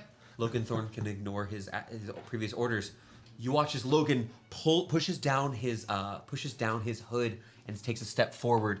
You can see him now, somewhat like patchy here, like they shaved him, but not in a while. His robe's dirty and greasy. As he takes a step forward and he's pulling this down, you see that he's got a pair of these bracelets on, these silvered bracelets, but a black and green metallic collar you would recognize from else. This is one of those binding collars you've seen in the past. He takes a few moments, looks. Laurentius. Dad? He looks around in confusion. We must put a stop to this. Working on it. We're just all the quipping. He's going to run towards these altars themselves and is going to make an Arcana check. You watch as, this time, not placing his hands above it, he watches he grinds these two bracelets together and is going to begin. You just watch as he begins kind of pulling together bits of the weave. It's not going to be a success. You see as he begins working on one of these altars that is the end of his turn. That'll then be the Celebrants, who I don't have. I'm going to go ahead and mark them off my initiative. Jump to the Mind Flayers. The gnome here is going to attack his meanie. 14? No. All right, continuing further on there, we do have these two Illithids. Seeing what's happening, I'm going to provoke from the aberration. It will take its swing. It'll take its swing, and it's going to fly next to my. I did forget a certain portion of this, and I'm so sorry for that. I don't know if a 14 hits a 14 Mind Flayer. does miss a Mind Okay. Flayer. Is going to fly over to the other side of this aberration, and is going to whip out with one of these tentacles striking against you. It's these suckers sinking into your flesh and cutting your skin. That is going to be 22 to hit. That hits. Are you still stunned? Yes. All right, so I would have had advantage on this. I'm just going to check for the crit. Did not get the crit. Oh my goodness. What's wrong? No, just I'm mad at you for checking for the crit. I'm not a good person. We've been over this. Be 14 points of bludgeoning damage. This creature slaps these tentacles over you. It's grappled. You feel as it embraces you, its arms reaching around you, almost vestigial in their strength, and yet the tentacles pulling you in closer, one of them clasping on your neck, another one wrapping around the other side of your head, and you hear this loud sucking sound. You see beneath this beak, beneath the tentacles themselves. That's the end of the Illithid's turn. Fun. What is beneath the tentacles? Who knows? That was this Illithid. This Illithid here, though. Hey, buddy. I'm gonna do my recharge check. I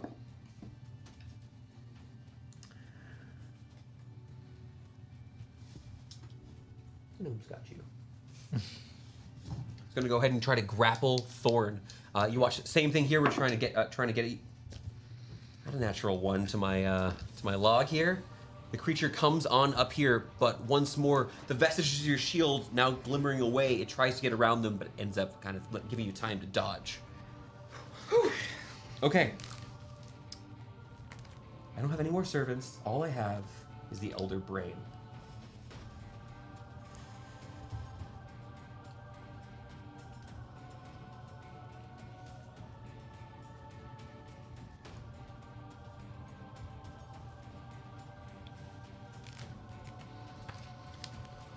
Allow us to feast, and you shall go free. We require but the energy of the rift, and those feeble minds, and we shall depart from this plane. This voice whispering out in your mind, the brain itself communing with you. You're stunned, but I'd say you still can communicate telepathically with this thing. I think we're gonna have to say no. Fuck no. I'm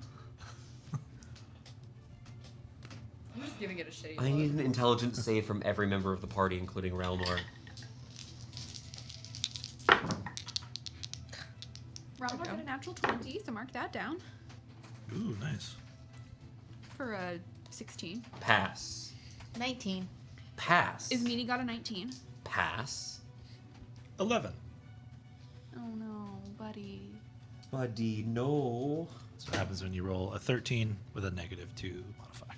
Well, it's got a negative That's with 4. your advantage? Yep. I roll a 10 and a 13. Laurentius, you take 30 points of psychic damage, Sheesh. and oh my god, you resist psychic damage. Mhm. Okay, this isn't as drastic as I thought it was. And are stunned as it uses its greater mind blast. Oh, I do need to roll for. I don't need to roll for looking. So 30 total, so 15. So 15. What's up? So we're screwed. No, it's fine. It is fine, everybody. Yeah. Okay, sure, whatever. Continuing, pushing forward deeper into this fight. If I lose concentration because I'm stunned, right? On my spell? Isn't that incapacitated? It does not. No, you need to make the concentration check. Okay. Incapacitated creatures can concentrate on abilities. Gotcha. Okay, I'm good. We good. Got like a 23 on it. So.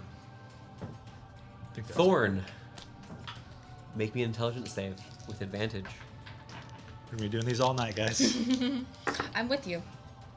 Okay. 17? Easy. I roll a 19. I have to roll a 20. You have to roll a 20. Cool. Or kill the brain. I'm working on it. I can't do that while I'm incapacitated. Yeah, same. Oh, It'll be my turn. I'm sorry? isn't it star? No, it's. Oh my gosh! The star spawn still gets to act? You got a whole turn! Who cares if Thorn is out? Me. Me. I'm gonna move up on that mind flare, take some swings at it. Yeah. You can get next to both of the mind flayers if you'd like. Should I split it? It kind of has me No. grappled, so Yeah. Oh, it's got you grappled. Okay, yeah. Yeah. I would prefer not. I'm gonna have a brain smoothie. A 13 and a 26. One of those hit. 11 points of psychic damage. It's not a lot of damage. Also, oh, they weren't within 5 feet at the start of its turn. Correct. We're good. But now they are. Yeah. So are you, but it's not going to affect you. It's yours. Yeah. buddy. Make your save at the end of your turn. Nope. God damn it. It is Ralnor's turn. You've got these illithids attacking. Mai is currently grappled and it's trying to eat her brain. You have this cluster of emeralds in the ceiling. You have the river itself. What are you doing? Goodbye, Ralnor. I'm going to run up on the illithid close to mine. I'm like in the fatality stance. I am going to swing with the scepter as you run away. It's fine. 17 misses. Great. And also, it's not... Oh. Doesn't it? You have advantage because of the. Do you give that advantage? You can't take reactions at the moment. Oh, this thing? Yeah. Oh, yeah. Okay. You have advantage on all of these. First That's right. swing for the Oh D12. my god. First swing for the D12 and damage. That is a 26. AC 15. You can just roll them all out to figure Second it out. swing for the D10. This is for Chris. Is a 19. Mm-hmm. Third swing for the D8 is a 25. So Okay. no crits on 6 dice. 9, so 9 is 18. 26 plus 18. 8 plus 6. You know, I'm like at bloodied, surprisingly. 34. You said 26 plus 18? Yeah. That's more than 34. It's a lot more than 44. 34. Yeah, that's 44. 44. Sorry, I can't add. I just heard you actually say that, and I was like, wait, no. I forgot Ralnor, about the one after I carried. Ralnor leaps away from the cultist, begins sprinting. You see him run past. Logan whips his head, seeing this strange lizard running through the room. What is that? No. Huh? And you watch as Ralnor leaps on the illithid, seeing what's happening here, and begins clawing down, roaring. For a moment, Ralnor, angrier, chomps onto the head of this illithid and rips the tentacles off of your head. MVP. And that is a dead mind flayer. MVP. Here, you can hold this model. You can take Ralnor's kill with you. Ralnor, I will give you all of the treats. That is the end of the first illithid. The second illithid, roughly bloody, for context. Does that break my stun condition? That breaks your stunned condition. Finally! This effect, this presence that it essentially puts in this mental block around you, you snap back into reality. Oops. I'm sorry, I can't even make the joke I was gonna do. Can we all take a moment and notice? Oh, is it hidden? Is Jazz Jazz hidden? is so cute. Oh, yeah. it's okay. No, Jazz is just barely hidden behind that, but she was just sitting at the table. Jazz is being L. Yeah, Jazz is being L. Jazz is winning the battle upstairs, though. Yeah. Oh, hi. All right. Ralnor, incredible. That is Sister Neth's turn. Whatever. Okay, now that, unfortunately, now we have to use a contested roll. Connor, I'm going to ask you for you to roll for a d20 for Logan as we do this sort of contested sort of roll. Because we have a different thing, I'm just going to subtract from mine rather than add to yours. 7. 18. Once more, she uses her action, raising the scepter. You shall serve your lord Lumarok. Stabs into the ground. Get bent. I serve no longer. He's cooler. Oh, sorry, Jason. What was that? I said sorry, Jason.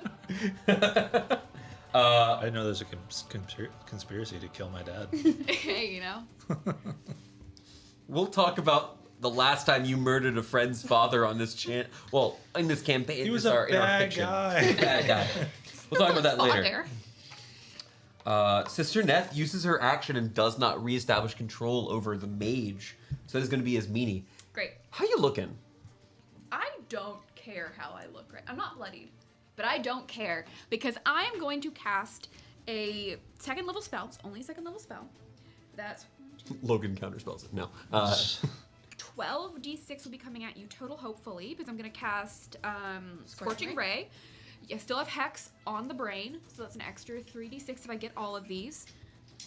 I'm AC 10. Great. I'll make my roll. All of them hit. I was saying they're all gonna hit. Great. Good roll. Should I go ahead and make it so I can reroll 5 dice? It's my last time to do it. I Yeah. mean, might as well. Cool. I will make it so I can reroll it. to 5 D6s are dice. the best rerolls. In case anyone was wondering.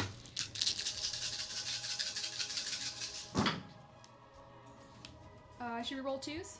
Yes. Reroll. You should reroll 1s and 2s. Yeah. Because on average, they roll lower than most dice, I feel like. 3. Really, I think 5. D4 is lower. 2.5, 3.5. It's always the half plus a 0.5 is the actual. Based on like the highest value, I feel like they Cool. That's roll lower. 5. That's 10.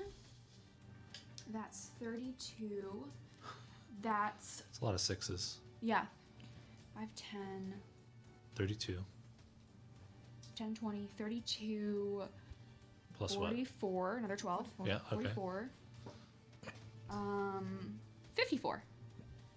54 points of fire damage and necrotic Second damage level mixed spell. together. Second level spell.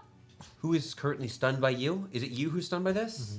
I have to make a concentration. Good luck. Oh, you have disadvantage on it stuff. Checks. No. Not saves. Oh, save. Yeah, concentration is a save. No, I rolled a disadvantage because this was fire damage. Brain not like fire. Fair. Beavers are Thorn. bad. You feel this. You feel this horrible encroaching. This horrible encroaching feeling as it tries to dive into your mind, take control, enslave you, make you just a puppet, a thrall. As it does, you hear it whispering, "What is this? 2 minds in one." I don't give consent. Oh, I'm so sorry. Consent is hot. I'll back off now. No, but the creature itself, you feel it begin wrapping its tendrils around Parara as if trying to siphon and consume whatever this essence within you is, and is forced back. In your mind's eye, you feel the incineration of the tentacles as the brain itself very hurt by what just happened. Did Clutch. you eat the fire separately? I didn't. Okay. It just you took fire. It took fire damage Okay. and it forced a save. Okay. See you again next Incredibly turn. hurt.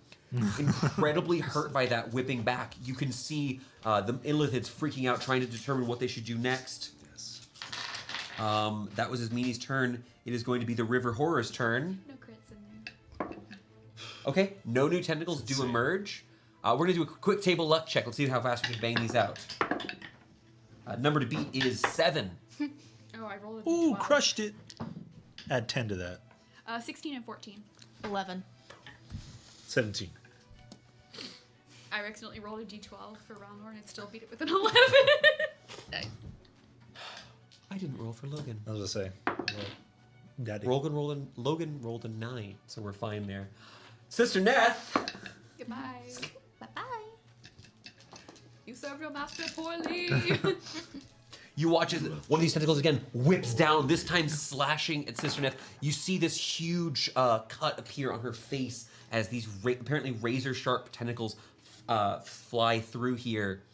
She rears back screaming in the pain, but you see the once again this amulet glows and begins to slowly heal her. Doesn't look like it's healing her nearly as much damage as she took, though, just to clarify. Okay. Then we're going to continue down. That is going to be, let's do my quick check for the portal. See, I only have 1 active, so it's not really anything big happening. Oh, goody. You see the portal flickers and shudders once more, and a single skull drops down, an elongated bone on one side, almost like a horn. It is charred and damaged. The Malik Bell fails to form. That is then going to be Logan's turn. Logan, on his turn, looking up to you guys. Laurentius, do you say anything as he's trying to decide what to do? He's trying to do something with one of these portals. You got but he anything? could fight.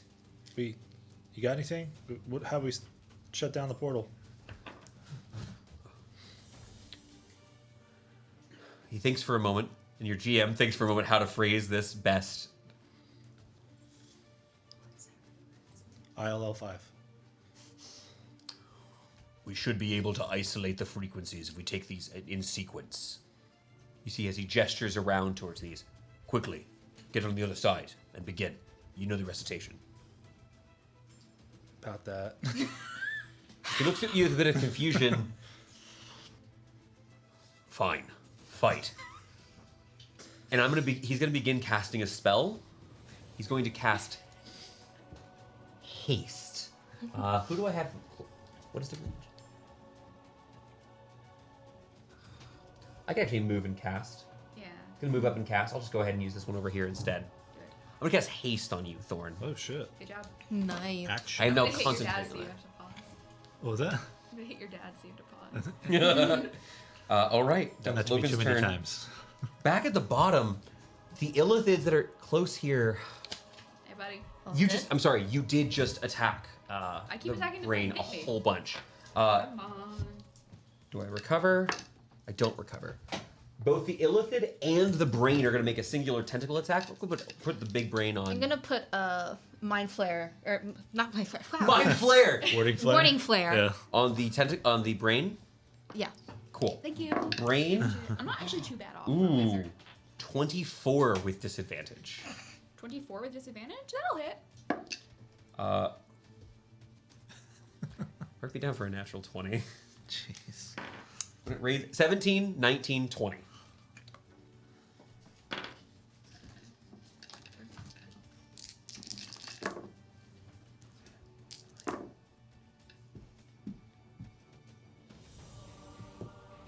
It's gonna be a total of 20 points of bludgeoning damage, but you do feel one of these tentacles wraps around you from the illithid and is going to go ahead and start lifting you off the ground. Neat. Kinky. I mean, what? Cough. I'm not flying anymore, so. Cast Hex. It lifts you off the ground and begins squeezing you tightly. Cool. You. Other illithid attacked you already. Bursting out from the cavern below, you see at first these creatures. It's a bit odd. They remind you of the Elder Brain at first. These oversized brains, but instead of a vat beneath them, you see a large, dull yellow beak and these long, almost looks like an entrails dangling from beneath it. Some of them ending in what looks to be severe wounds, dripping blood. The others, barbed tentacles, as these three creatures emerge Peaky boys. on the far side of the room. But that is going to be their turn as they come into the room. Grills? These are grells. Grells. That's it. Damn it. I was right there. I wasn't there. Okay.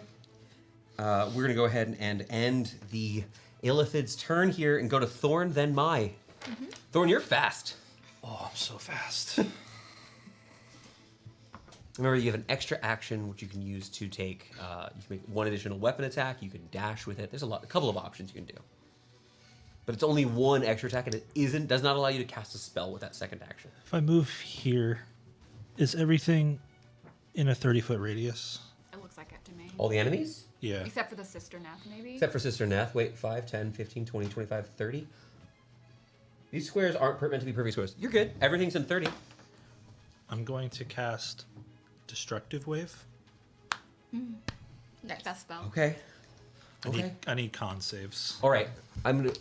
Grells all together. 15. Fail. Sister Neth. Oh, wait, Natural 20. Sister Neth does pass. Pass. Elder Brain. Natural 2 fails. It will use its second legendary resistance. Okay. Ooh, how many of those it has? The Mind Flayer. 12?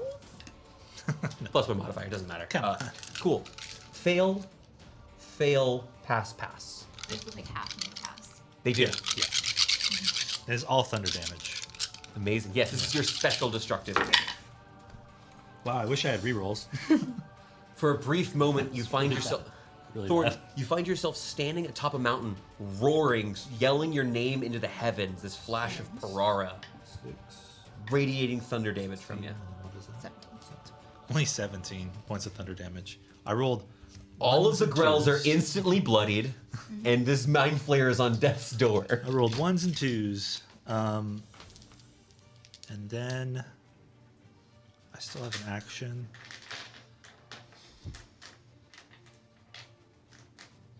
I can't cast this like a cantrip with that action.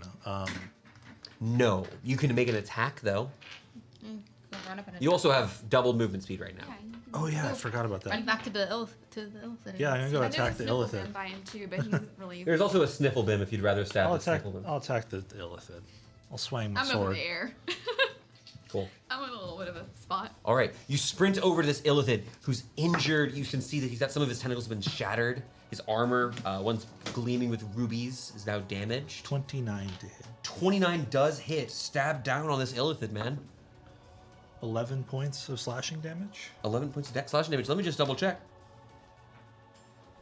That is going to do it. You reach down, taking your blade, and for a moment you just see that night where all these illithids attacked all at once. There was so much chaos. You were so much more whole back then. And the illithid falls. I'll go ahead and give you your illithid. And I fall too. Cool. No, the elder brain is holding you. Oh, I thought the elder was holding me. Star spawn. It can't float you. You're literally held up by a tentacle, not telekinesis. There's a full one of these black tentacles is holding you up into the air, and no one likes it. Star spawn's gonna attack Elder Brain. Turning around, this creature you got enough reach. You just are swinging over these rocks, slamming down. You said 10 was the AC. Yeah. Okay, so yeah, those both hit. Okay. 2d8 plus 14. 20. That was easy math. 20 damage. Yep. 20 points of damage. To the Psychic elder brain. damage, if that matters. It does matter. Okay. This is reduced. It does not seem like they're the best targets. Cool. For this particular ability. That's it. It's Mai's turn. Can the Elder Brain and all the Mind Flayers and Sister Neth all make me Constitution saving throws? What is the radius of the thing you're doing? It's going to be a 20-foot radius, and I'm focusing it back here. Oh, you can place it? Oh, perfect. Wait, what kind of save? Con for Sister Neth. Fail. Grells. Natural 1 on the Grells. Nice. Elder Brain. Natural 20. So 19 points of necrotic damage. This is Insect Swarm. Ooh, fun. 5th level spell. I like that. That's fun. You conjure You upon... could destroy some fields. Yeah. Yeah. Yeah, you guys could. Emerging as if from beneath your cloak, thousands of locusts spiraling through the air, buzzing and hissing, almost drowning out or singing in parallel with the rushing water on the southern side of the cavern, flying through I the counted grills. that wrong. I can't do that.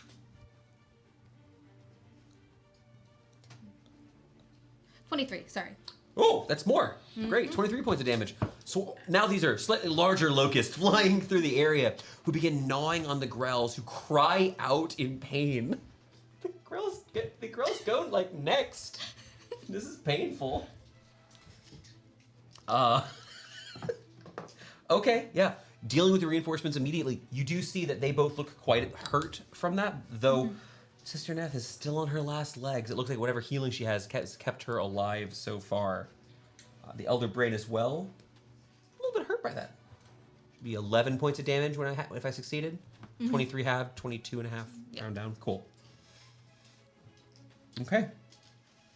Anything else in your turn, Mai? You want to move? You get your staff out? Are you drawing the Sword of Coralon? What are you doing? No, I will step back behind Ralnor. Oh, I love it. Ralnor in front of me. Oh, we're all moving. I know, but That is going to provoke. The Elder Brain here is going to make a singular melee attack at you. I'd love to hit with this. This would be great. I'll grapple you. That is a 26 to hit. yeah, that is. Damn. You do have your reaction is your turn if you wanted to warding flare this. I'll warding flare that. This is an 18 to hit. Miss. Okay. You, as it wraps the tentacles around you, you flash light towards it, and while it doesn't have eyes, you begin singeing it. There's like burns appearing upon this very sensitive brain, and it gives you just enough time to leap out of the way as the tentacles swarm to grab at you. That'll end your turn, and we're gonna go to Ralnor. Ronald's gonna go back right behind Sister Neth where he was last turn. Ralnor leaps forward, basically diving through this woman. Mark me down for a natural 1, but it will be 18 and 18. 18 and 18, those are both gonna hit.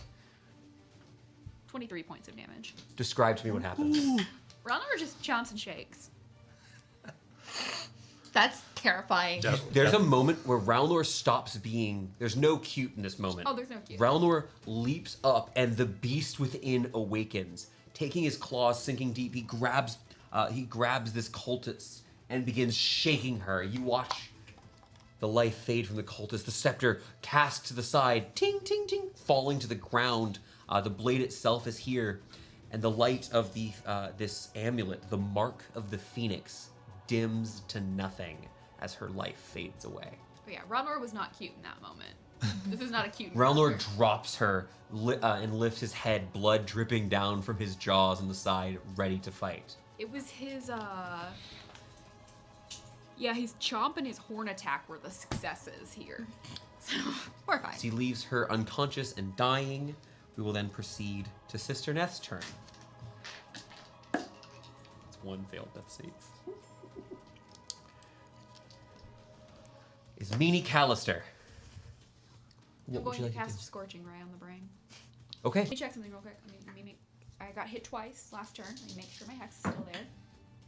A natural 20 and a 23. For so what? My hex Concentration. saves for concentration. Perfect. Oh, that was without a little bit more time. Yeah, we're good. 3 Scorching Ray attacks with hex on the Elder Brain. So this doesn't sound. This is a pretty harsh ruling I'm about to make, but it's okay because IAC is low. You are currently not only just threatened, you are currently being held by this creature. Disadvantage on You have each attack? disadvantage from these attacks. I do apologize. First attack AC 10, very easy for you to hit. is a 20. You're fine. We're Second basically looking attack? for nat ones. Yeah. I think 3 might miss. There was a natural 20, but it won't count. So that is a Just is it a 10 or above? 12. Third one is a 15. Okay, great. All of those still do hit as you firing down on them. Unfortunate. Natural 20. Yeah. Yeah. Feel good though, rolling that many dice? Yeah. I guess it would have been a lot of dice otherwise. Crits on that? Ooh. That would have been 10, 3 extra dice. 20, 30, 45. 45 points of damage. 45 points of damage. First of all, beyond bloodied. It is going to drop you. Great. Go ahead and make me an acrobatics check. That's a high roll. Math 20. Math 20, you are not prone, but you do take 1 point of damage after rounding. Oops. Uh-oh. Make that concentration check. Oh my gosh, make that concentration check. Get out of here. I pass. Yeah. I pass. It's like, Yeah. you're fine. I keep thinking that whenever I roll 2 dice is with disadvantage. Yeah. So I keep looking at the lower Is number. me incredible. You still have your movement if you'd like to take it to go somewhere. Ugh. Backing up? What was that? Yeah. Sweet. Running around. That is then going to be I don't know if that brain can move. the River Horror's turn. Oh, don't do this to me. You want to roll me a d20? Man, it's just The Not really. roll high is what you want to do. Nat 20. Okay, great.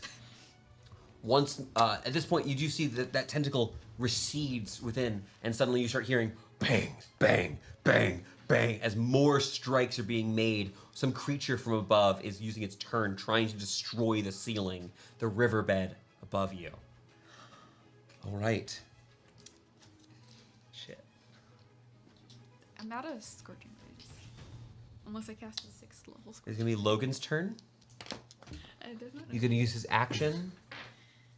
And you watch as this altar here, he begins tracing these sigils using his bracelets here as his arcane foci, and is going to. He performs some strange sort of ritual, and you see this pulsation come from it, this resonating thump, thump, thump, this sort of like thunderous feeling coming from it, and begins to move on towards the next one, trying to do his best.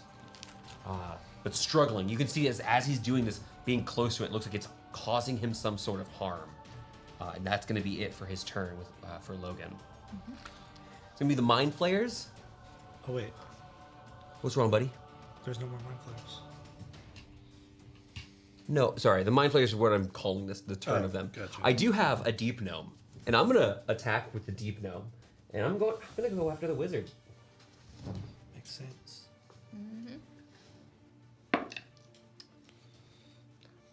Anyone happen to know Isme's AC? 'Cause it's 16. I think. That was weird. I Well, can double check. 16 to hit is what I got on her. I'll go look. If only I could see the helpful little rotating assembly. I can't. It's normally beneath me, and also it's not literally here. It's only the magic of OBS. 16, yeah. 16. So it is going to hit Ismini for a total. Was she preemptively shielded? If it hits her, it's 8 points of piercing damage coming at her. Okay. Go ahead and remember that. I'm going to have 8 points of damage. I'll mark this here on my document here. 8 points of damage coming that way. The Elder Brain, however, seeing this creature before it,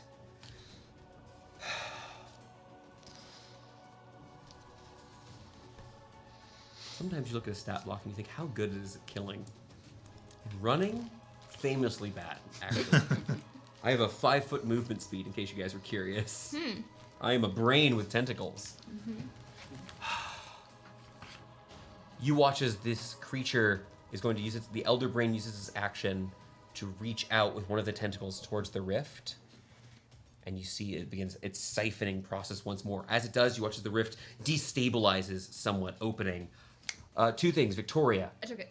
You took the 8 points of damage? Yep. Perfect. Thank you so much, babe. Secondly, I need you to make me a luck check as it essentially invokes the rift, disrupting the energies. You want to roll high. I You're- rolled an 8. Bicycle? I'll roll a bicycle check. I'll roll a different die. I love it. We'll go with the 8. Okay, an 8. And I need to see how many? 4. You watch as the rift opens once more. Sorry, guys. The second roll with 2.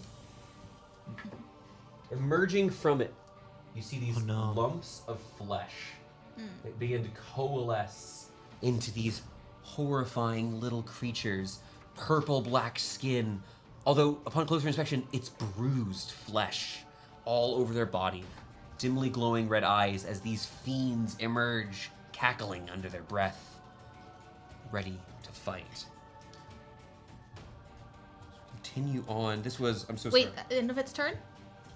The brain's turn? It has to make a con save. Sure, we'll handle the end of this before I get to the next line. I like this. The brain uses its turn to invoke the rift. Con save, natural 8. I fail. I will use my third and final legendary resistance. 13. Not great. 13 points of damage, and this creature is exceptionally hurt. Ringing out, we go to the top of the round. Demons begin emerging from the portal. We see above, the glowing green light begins to vibrate and shake as the riverbed itself is being damaged for whatever's happening above you. Ismini, you're incredibly hurt, it sounds like. Very hurt. These two nightmares are currently locked in combat. A father and a son have been reunited, and we're gonna take a really quick break. Stay right there. We're gonna go fill up our water for more hydration, and when we come back, maybe I'll kill a defiant smile.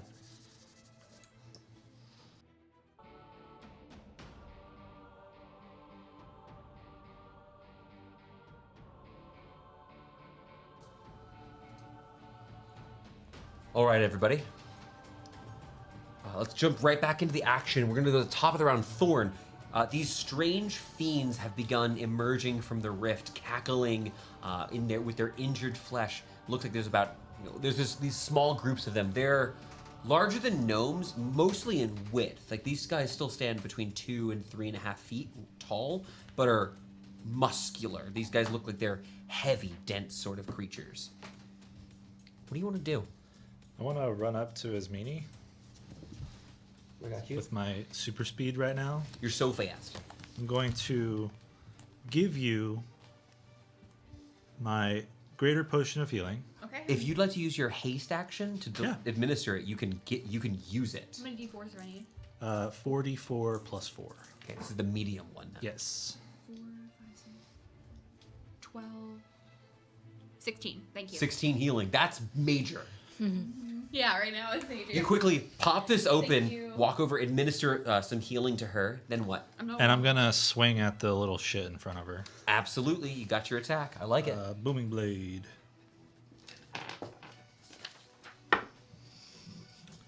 17.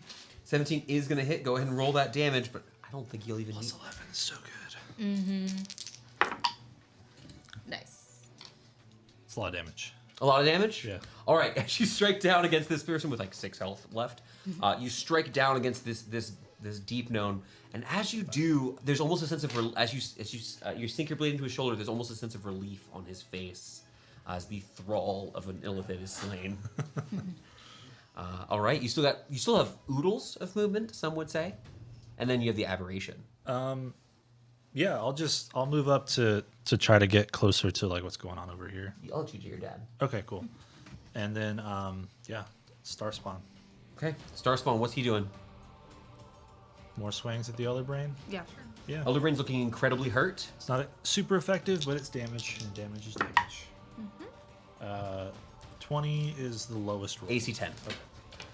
Again, this time you watch as it raises its arms up, its wings outstretched. Now with it fully unfolded, this creature is huge size. Go ahead and make that wisdom save as well. I will also make that wisdom save. I do fail the wisdom save because I rolled a 12. So 12 plus 7, 19 plus 4. 4 is 23 points of psychic damage. The Elder Brain. The Elder Brain is on death's door. It's not a lot of health, so it's still a reasonable amount of health, but I have Mai and then Ralnor. Lots of things off my sheet already. Mai, what would you like to do? There are currently fiends emerging. Here, because then I'd be within 30 feet of everybody, right? Yes. Make me another con save. I don't wanna. So first of all, the 4 fiends are gonna make their saves. 13, 17. 17 matches. Okay, the 2 further away from you look like they passed. Okay. The Elder Brain. Natural 1, and I'm out of save. Legendary resistances. Good. And do you want to target her? Because she's Yep. unconscious and dying? Yeah. This is what kind of save? Con. Fails automatically. Oh, no, con saves, I do still roll. 11, she fails. 2 failed death saves, she dies. 18 points of radiant damage. Radiant damage. The light of the moonlight fills the chamber once more, immolating the cultist, leaving behind her equipment. 18? 18. Elder Brain's still up. Damn. These 2 creatures up front, taking the radiant damage, they recoil in fear. They curse. They are speaking in Abyssal. These creatures crying out. Before it was just yelling attack, but then there's just shrieks. Pain. It's going to be 9, 18, 18. Sorry about that. Okay. And that was a horrifying action you just did. You've got Death's Door dead, injured, not that hurt. Yeah, that's it for my turn. Okay. Ralnor. What is Ralnor doing? Ron's gonna run up to a not that injured and just do his whole. Ralnor leaps into one of these clusters of these creatures. Who on his Mini's turn, she can try to figure out what the heck these guys are. These are your specialty. These actually be religion or 13 is Arcana the checks. lowest. 13 is the lowest. What's the next lowest? 22. 2 hits. 13 does not hit these guys. Cool. That'll be 8, 9, 12, 21. 21 points of damage? 21 points. 21 points of damage on top of what you just did there is going to be enough to take down a group of these creatures. That's exactly enough because you did 30 points of damage to it. Okay. Next is going to be Ismini. Ismini, it's your turn. You see these demons begin to erupt from the portal. Oh, I'm so sorry. The creatures lie still on the ground. I don't have a lot of options. So we're going with overkill. Will the brain make me a Constitution saving throw as I cast a 5th level blight for 98 damage?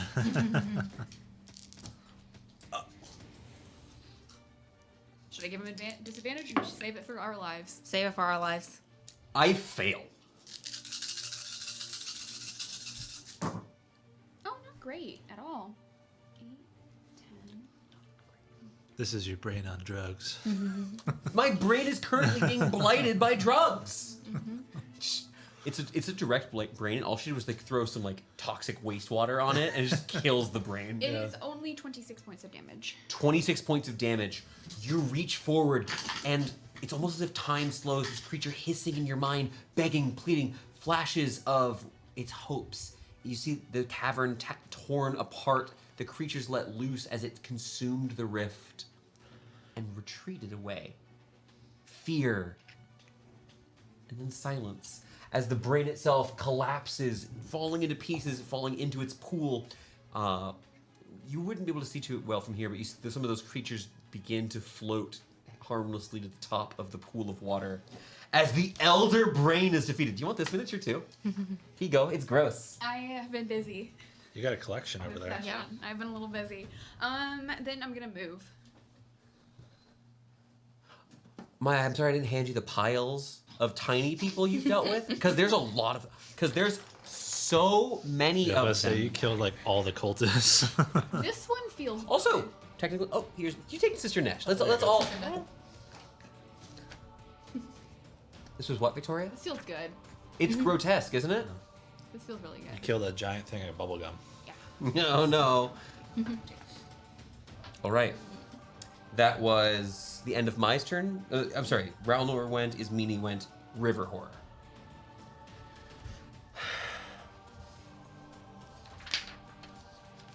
Tis heavy.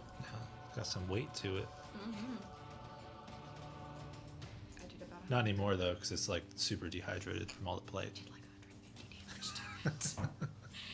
At this point, the river horror moves further. You can see, peering up at the ceiling, you see some of the white flickering light from the rift. You see the bright green light from the emeralds, which are now so clearly vibrating rapidly. And then from the waterfall, you can see what looks to be 6 peering eyes looking from the top of the waterfall. As the water rains down from the river above, some sort of creature is lurking there. Who would we say? 1, 2, 3, 4, 5, 6. Everybody's ready for it to be Connor. 1, 2. 3, 4. I got a shit. 4. I'm gonna need a quick wisdom saving throw from our cleric, gazing up upon this abomination against your goddess. It's the one that we want the wisdom saving. Yeah, a 25. 25 is a success as this charm effect pushed through your mind as the creature attempted to enslave you. That'll be the end of the River Horror's turn. We will then go to the Fiends. Skibbering creatures. Let's see, one here, one here. Provoking an attack from Mai. If you'd like to use your reaction on an attack, you're good? Okay. All right, gonna go ahead and make some attacks. First, at Logan Thorn. It's gonna be a natural 20. Damn. A little bit of damage on Logan. Thorn, same attack coming at you as these terrible little creatures. Natural 1. Wow. Wow. Feast and famine. And then my 20. Exactly matches. Okay. This is going to be for 9 points of piercing.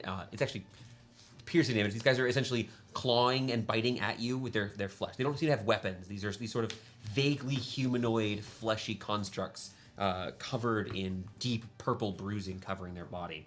One of them, it gets close to you, grabs and sinks its teeth into your wrist, and as it does, the motion looks like it tears pieces of their jaw and bits of purple blood streak down its face. Yum. That'll be Logan's turn. He's still concentrating. I forgot to make a concentration save. You want to roll me a d20, Connor? Here's your concentration check. It's only DC 10. I had 2 to this, excuse me. 14. 14, we're fine.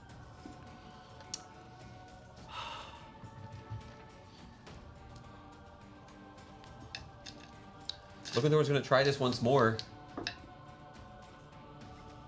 You watch as once again he takes his arcane focus and begins tracing around the outer edge of the pedestal, trying to do his best to stop whatever force is being held over this. Well, he is successful on a second of these altars. You watch as it reverberates outwards. He will take.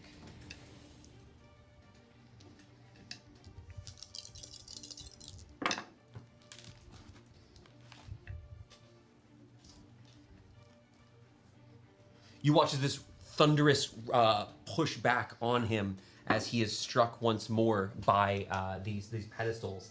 He's knocked backwards and prone. Now he's still conscious. He's still awake. He does fail his concentration save. Oh, cool. Thorn, you are halted here. You see your father fall, maybe for the second time. That'll then be. And the Mind Flayers, Grells, and Servants. I believe I'm done with them, aren't I? Entirely done. We love to see it. We're at the top of round. Thorn, that is going to be your turn. Does the Oh yeah, Star Spawn. star spawn not? Star Spawn.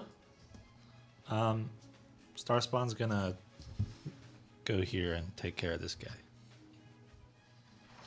Reaching out, this creature from beyond. Wow, okay, that makes it easy. 2 17s. 17s will both hit.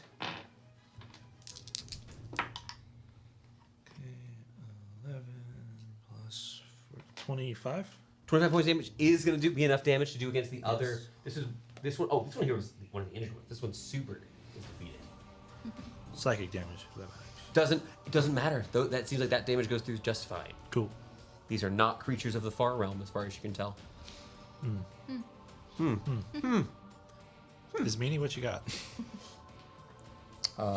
That was Thorn's turn. We're going to go to Mai and then Ralnor. The river monster is peeking through the water. It's like a It's waterfall, like, right? There's a waterfall coming from the ceiling, and it's peering through to use these magics on you. I couldn't send my insect swarm through that, could I? They wouldn't survive through the water. Here's what I'll say. The magic insects. These are magic bugs. Doing this, though, I would say would be disadvantageous of them, and perhaps advantageous to their target. Is that a fair? That's a fair. I think this is a fair trade-off. You're trying something a little bit weird. These are magic bugs. You could have described them as essentially however you'd like. We decided they're oversized locusts because you rolled a little better. Yeah. Sure. Yeah. Okay. I'm gonna move them there. They begin flying up. You're able to move this as an action on your turn, I'm assuming? All right. As an action on your turn, you gesture up to the ceiling. They fly up, and you can see them in the glittering light of the emeralds above as they dive into the water, several of them being battered away, others seemingly dying as they get too close to whatever horror it is, but still others push through into the inky blackness of the river.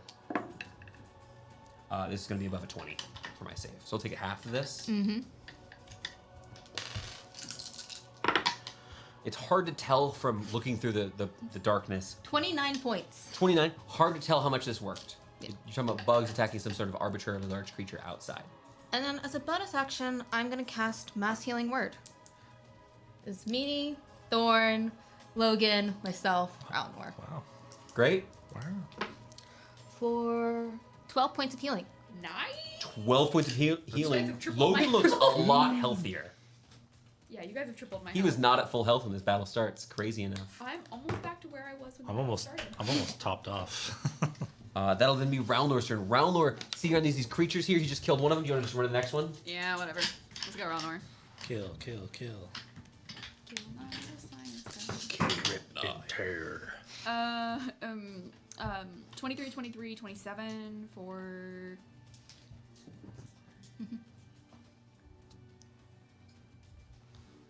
39 points of A damage. lot of damage. Oh, sorry. The demons continuing to be slain here. We'll go to Ismini's turn. Ismini, do you want to try to make a roll to know what these things are? Sure. Okay, it's a pretty hard check. These are a form of fiend. You can make me either an Arcana or a Religion It'll check. be an Arcana check for only 15. 15. The only thing you know about these is that these are not any form of common fiend you've heard of. Okay. They're clearly demons, not devils, but other than that, hard to tell. I'm gonna go be a wizard by the portal / rift and see if I can figure out what's going on over here. Yeah, there you go. Not really worried about the enemies at this point. I'm just gonna go. You're able to get towards one of these. These two have already been triggered in whatever way that Logan was working on. Right. I've already done my Arcana check, so I can't do like a what was Logan doing? So I'm just gonna get there and like be like, hey man, we're willing to help you. Did you use your action already for anything? I asked for an Arcana check and it was a free roll. Yeah. We usually You don't could do use more your than one. action to attempt this thing. I'll do an action to attempt to figure out what the heck I'm supposed to do Okay. for an Arcana check. This will also, if you succeed, give you an attempt on this. Okay. 28. 28. Okay. I'm sorry to make you. You're gonna keep rolling these checks, but this is gonna give you enough context to understand what's happening here. Looking through these resonators function off of essentially like telekinetic, thunderous powers. They are in some way being used to expand or contract this rift. This is advanced conjuration magic. You can either make an Arcana check or a spellcasting ability check. Complete this. I believe those are gonna be the same for you. They're the same, but just because it's fun, I'm gonna do a spellcasting ability check. Okay. No. Arcana's way higher than spellcasting ability. It's intelligence plus proficiency bonus. Oh, it's the same. Yes. I'll do the spellcasting ability check. Sure. Taking out these. Oh, not good. You begin tracing your wand along the outer edges here. What was your 13. chance? Huh? 13. 13. I need you to go ahead and make me a Constitution saving throw. To taking 9 points of thunder damage. 16. 16. So that is going to be a success, so it's a pass, so it's only 4 points of thunder damage. It resonates, almost knocking you off of your feet as this blowback. You look up towards the rift, and there's something strange about it, but it requires a lot of like mental focus and acuity to perceive through it. We can talk about it next turn, maybe, if you want to. For now, let's continue on to the river horror's turn. I can still see people. Yep, we're all hanging out. I have another enslaved today.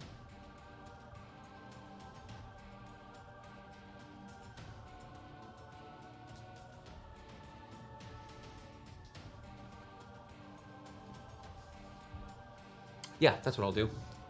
I'm gonna need a wisdom saving throw from the aberration. Oh, okay. It reaches out, this one eldritch horror to another, this mental link of these two unknowable creatures. It's 4. Oh, wait, no. It's not proficient. In wisdom saving throws? Yeah, it's just whatever its wisdom stat is. Okay, cool. 18 then. That is going to be a success. Your creature balks at this attempt on its mind. You can feel it in the background as your strength begins to return to you. But that's going to be it for the river horror. Cool. Except I am going to say, what are you doing? Does Insect Swarm hurt me during my turn? Yeah, at the end of your turn. If you didn't move out of it. I'm not done with my turn, but it will still affect me. The eyes disappear once more as it swims elsewhere in the river. 22 points. 22 points of damage. Maybe it's working. Maybe it's not. Hard to tell. That will then be the Fiend's turn. I just have the one next to my left? Oh, tragic. Mai, I'm going to go ahead and make my attack on you. This is going to be a 19 to hit you. Miss. Misses you, just barely. All right, then we are going to continue on to Logan. Logan is going to stand up and kind of seeing what's happening. If there's only a couple of these limited creatures around, I'll just go ahead and... Connor, you want to do me a favor and roll me a firebolt? Just roll me a d20. 17. Cool, thank you so much. Watch as one of these wicked bolts of flame spirals across the room. As it strikes against one of these fiends, it does become obvious that they are resistant to fire damage. So this one is on death's door, but has not yet been defeated. That will then continue to the top of the round. Oh, you're above lair actions. Thorn! What's that to do? I'm back. Mm-hmm. Snap back. To... Ismini, what can I do? Try to do magic, thunderous things to make the portal stop being open or something. Thunderous things? No, Swing not sword? thunderous. The resonance, it's based upon the principles of high-frequency thrums. It's a conjuration thing. You wouldn't understand. What? He turns to you with genuine confusion. What? Yeah, he doesn't understand. He's not gonna get it. I don't get it. Do you want to try? What's the worst that'll happen? High resonance frequencies? Yeah. Not casting spells on it, but like manipulating the magic surrounding So, it. me as Connor knows what that means. I don't know if Thorn really understands what that means. But I'm just going to Eldritch Blast those two guys in front of my... Go ahead and turn the battle map For the on time me, being. Alex. 3 blasts coming at the purple boys. We got a natural 20 on one, Nice. a 15, and a 28. All right. You conjure up these bolts, confused by what's happening here. Fire, 1, 2, 3, striking down these little creatures. I'll just go, I don't mind telling you, wretchlings. Ooh. We fought these in Wrath of the Righteous, didn't we? No. For the Pathfinder Maybe use the equivalent. There is lings. I used the model, yes. Yeah, use the model. Sorry, I did use the model in that campaign because Yeah. they're pretty demon-y, Yeah. I would say. Yeah. They were imps in that Imps, campaign. that's what it was. As you fire these Something else bolts, to do. there's a bit of calm in the room. Double checking me. Cool. There's a bit of calm here. You watch as Ismini begins toiling over one of these altars. Logan kind of stands up with using one of these rocky outcroppings. There will be more of those celebrants soon. They've a whole hold of them. Yeah, I kind of blew that out. We're taking care of that as we speak. The manor is kind of being It's under destroyed. siege. Yeah. What? Mictara is down. We took him Tara's out. dead. Yep. The knight is down. Most of the celebrants are dead. Logan takes a step forward, puts his hand on your shoulder. I'm proud of you, boy. We'll talk more. Ew. As he kind of takes a step over, you see he's hurt. You can see that the collar itself seems to have sunk in, light scarring around his neck for whatever's happening. But it also looks exhausted. I can't remember how to get the collars off. They're adamantine is the hard part. Like they're made of a very powerful metal. Is it actively hurting him because he's not doing what he's supposed to? No, he broke out of that effect. Okay, it would need to be reapplied by the controller, which in this case was the scepter you saw before. Oh. Sorry. Dun, dun, dun. I have a wizard familiar now. It came across. I have a thrall. It happened on my face, all the thoughts that I had. Oh yeah, we read it. These Right character. As he kind of walks around here, he starts explaining that these pillars are sort of based upon the same frequencies from the bleeding emeralds in the ceiling. There's some sort of attraction, repulsion effect of them. But there's... she's been nursing it. It's grown twice the size in these What past if few I- months. What happens if I touch a pedestal? I feel like I'm just like A conduit. a conduit, a resonator. You want to touch a pedestal? Yeah. Placing your hand upon it, the pedestals themselves don't seem to have any immediate effect. They've been essentially channeling arcane. This is a motor that if you put fuel into, if you push into it, things can happen. Doing it right is good. Doing it wrong can hurt you. It looks actually like it hurts you regardless because of the amount of power involved. I'd love to keep trying as needed. These things are doing a thunder-based, psychic or thunder-based effect. You'd have to complete the task if you have somewhere you want to try. The rift itself, open, has now cracked wider in just this time of this battle. It now stretches from roughly the ground level, which is about, it's only like a foot higher than the base level here, to easily 18 feet in the air, tearing between the planes themselves. Do you want to send your minion up to go grab some of the emeralds? You know, the guy who can fly? Pull him out of the... I mean, I guess I can tell him to fetch. I feel like that tentacle monster's gonna grab him. Look, the creature looks to you. You see, once again, a series of rib bones that wrap around its shoulder, having burst through its skin at some point. It looks to you. There's no emotion. There's no ability. It simply is waiting for commands. Fetch? You watch as its wings do not move as it levitates upwards. Standing on the ceiling, it begins to look and move its limbs so as to disperse the rocks around it. What are you doing? Kind of looks up in confusion towards the rocks here. This creature only lasts a minute, right? An hour. An- Yeah. Oh, okay. Yeah, it's getting your son a popsicle. I'm gonna keep doing my magic over here. You want to give another attempt here? Yeah. Third one. Math 20. Math 20 is not going to be enough. Go ahead and make me a con save. Which is 19 points of thunder damage. Yeah, that'll be a 16 on the con save. So it's going to be half of that, so 9 points of thunder damage. 9 points of cure wounds. Of healing, thank you. You heal. Okay, well, thank you.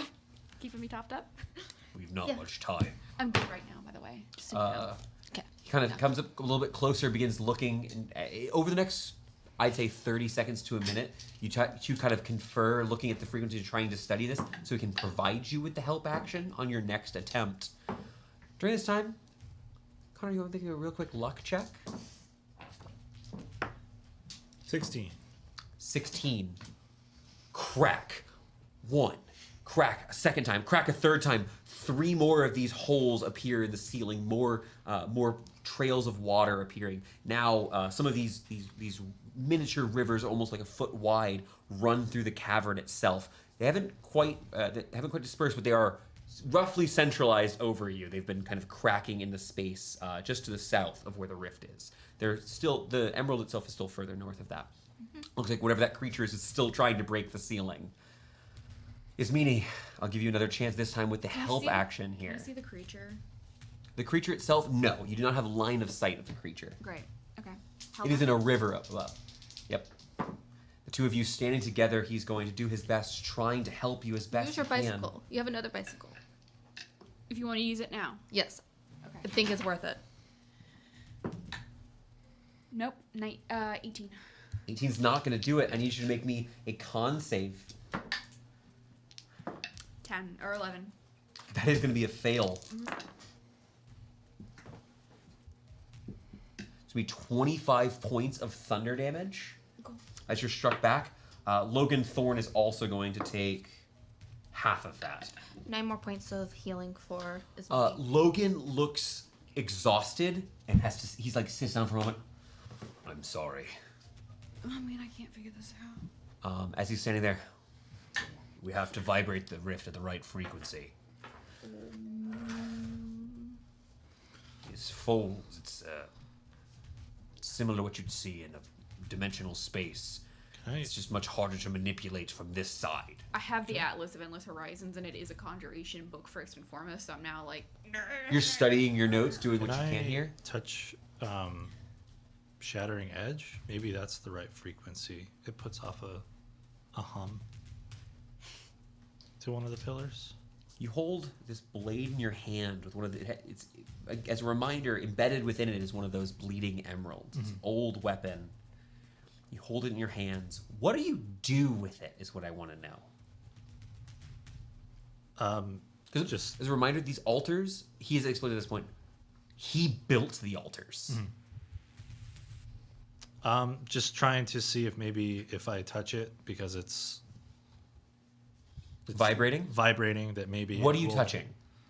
The emerald on the sword to the stone. The stone. This only takes a second, so you can just test this really quickly. As you touch the stone, it does not seem like anything in particular is happening here.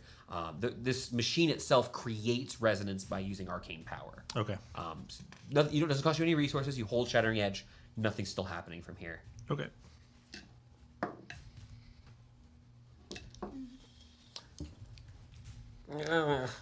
Relnor kind of freaking out. Watches he stands on one of the higher pieces of rock, kind of looking down, a little bit nervous. Ismini, I think it's time for us to try to escape. Arcane Gate requires line of sight. You're less than 100 feet from the entrance you came to this particular room, but like it's about 1,000 feet to the door where you're trying to go. It's in a cavern. I'd have to be able to see out of. It would have to come down, and I'd have to start casting it. So, you guys can start leaving. I'm gonna try to give it another try. I'm giving it another try. I can help you. Help? He stands up. Do you want him to help you again? I do not want him to help me. I cast Cure Wounds on Logan for 9 more points of healing. Okay. I didn't use any of my first level spell slots in this fight. More exhausted, he comes up and stands on the other side of the altar, his back to the rift itself, and begins helping you. He's channeling some of the magic here. Go ahead and give me that check with advantage. 21. No. I'm so sorry. Can't roll. I'm going to. First, the damage. Oh no. I'll take my con save. Yes. It's going to be 20 points exactly on a Math success. 20, so. Success, so 10 points of damage. Great. Logan cannot roll. Logan looks quite hurt. I could try to close it from the inside. No. Move. It's multiplicative. Move. You What just would push him out of the way. happen if this cave collapses on this rift? What will happen? Vibrating water on top of the air would be much more difficult. Closing it would be incredibly difficult, and I don't know how large it'll grow without maintenance. What these We're not bringing down the cavern. people have done here, The creature is trying to bring down it's the made cavern, is what so I unstable. So just so I'm understanding correctly, these pillars are what keeps the rift open and stable. In my research, we were studying it. We used the resonators to keep it stable so we could understand a bit about its planar energies. They've repurposed these pillars, my resonators, and have been using it to rip it asunder. So it's possibly the pillars are the only thing that's going to make it so we can close it. Close We it. shouldn't Okay. destroy the pillars. Yeah. Let me know when I can try again. By myself. No Logan. I lay a hand on Logan and I heal him for 13 points of healing. With healing hands. Damn. You're looking a little bit better. Are you looking tired doing this? I'm getting a little tired. Getting a little actually. tired? You may roll if Connor rolls me a luck check with disadvantage. I'll need to start running. 5. Okay, what are you doing? I'm trying. Okay. Natural 20, 29. This is fantastic. Couple things happen. First of all, natural 24, 20 what? 9. 29. That is going to be an extra success here, so you're not going to take any damage from this. Okay. That's the highest I can roll Yes. on any check. Right. As you reach here, you begin tracing the lines. You think back to the Yodelgurt, to these fiendish energies that you've once captured and channeled, and you begin binding the power within a small space to activate the resonator at such a frequency to strike into here. This is the 3rd out of 4 of these pillars. It vibrates out this energy, radiating. The rift itself doesn't close so much as become more still. It's not cracking and splintering. It's not shaking. The energies that were connecting it to wherever these fiends were coming for seem to have paused, at least for a brief moment. The light changes in color ever so slightly. Instead of that stark white with occasional flashes to blues and odd angles within, now there's almost a pale series of pale tan and greens. There's flashing more lifelike colors from within it. Something has changed about the rift. One of these remains. You begin making your way over to the 4th tunnel, and it is 4th pillar, 4th resonator, and it's at this point the river horror emerges. You watch it shattering forward. You watch as 4, 5, 6 of these tentacles begin spiraling down. 1, 2, 3, 4, 5, 6, 7, 8.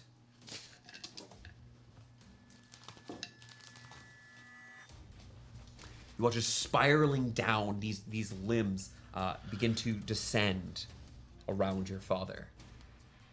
You've seen this before, these marks. I'm gonna make my tentacle attacks. One of these is horrible, like really bad. Horrible.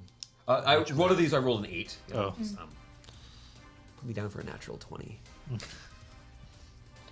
You watch as Logan is struck once more. This time he is bloodied by these tentacles. And you watch as struggling, these tentacles whipping around, kind of blindly it seems, as only parts of the creature have emerged.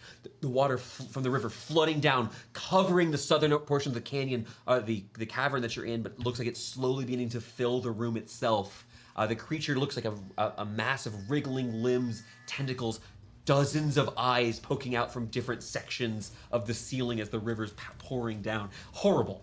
Truly horrible. Take Ron or Logan and run. How much time do you need? Run. Go. I'm staying with you. The voice inside you. We can dimension. What shall we do? You could use us. How?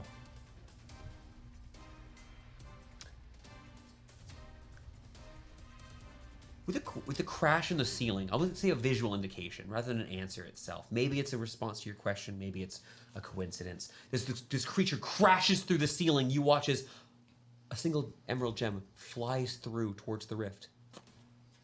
And the rift in that portion, just the tiniest portion of white light, dissipates into nothing. Into just clear, empty space. The emerald vanishes. I have a plan. Eldritch Blast the ceiling? Where all the gems are? What are we doing? I was going to go into my bag, take out the Yellow Girt Orb that I have, and use it as my spellcasting focus as I focus on trying to close off the last portion of the. You can stay here with you. Are you the two of you staying and you're evacuating with Roundlord? I'm telling them to run. What are we doing? Here. I'm staying here and I'm closing the rift. I don't care. You guys are having this argument in real time. Yeah, I take the orb out and I begin trying to focus on closing All right, the using an rift action to again. draw this out. What are you doing? I'll grab Ralnor and Logan and try to get us out.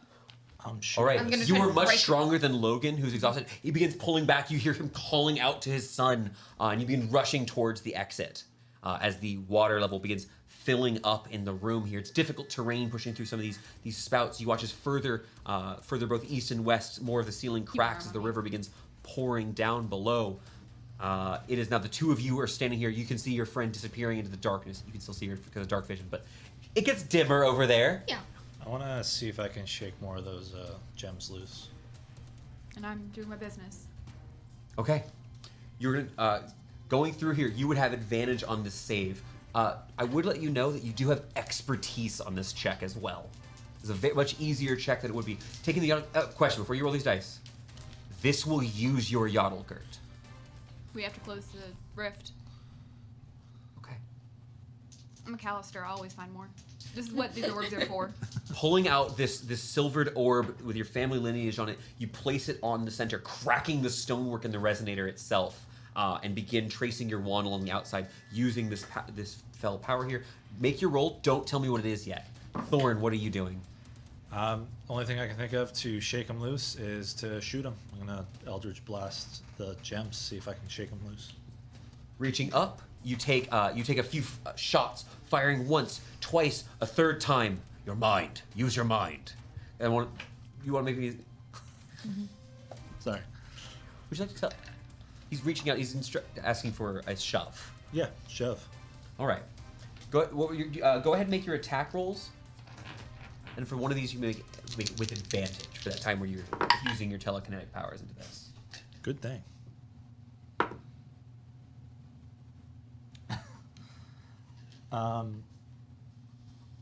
I need the total damage.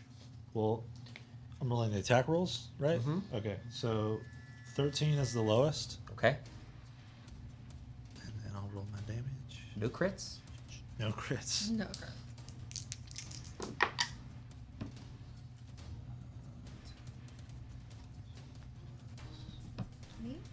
Yeah, 28. If all those hit. 28 points of damage. You fire and you watch as the bits of stonework in the ceiling begin to crumble and break. First, 1, 2, 3. Dozens of these tiny emeralds begin flying down. The largest, which looks to be several feet in diameter, still seems lodged there as these small ones begin sparking against the light. You can feel relief washing over the creature within you as portions of the rift are destroyed. It still is physically present. What did you roll, Ismini? A 30. A 30. Okay. Is this a natural 20? No. I do need a con save. 16. That is going to be a success. You're only getting half of this. Oh my god. 34 halved. What's half of 34? 17. Are you up? I'm up. Yeah! Hell yeah! All that healing works. All that healing really. You got me back to almost full twice. It bursts. You burst this power thing I got down. Dimension door as The well. creature itself, the Yodelgurt, for a moment, these blackened tendrils begin flying out from the silver sphere, and you release the energy, channeling into the resonation and the pulsing from the four pillars, even as water begins pouring down, covering over your shoulder as one of these cracks is now begin pouring onto you. The area begins slowly filling with water. The fourth resonator now active. You see that all of the crackling stops and the rift stabilizes, now barely larger than a doorway. The bits of the emeralds flying down 1, 2, 3 begin zapping, taking out portions of it. Each time it simply reforms into a more understandable state. No longer can you see the far realm. You see a place in the distance. You see a valley, lush and green through the rift. You see what looks to be an ascent, rocky, craggy, bits of trees. There's almost there's a rush of wind that pushes through. Somewhere else beyond. You gaze up at a mountain peak that rises and rises and rises. It seems as if it never stops. Somewhere beyond.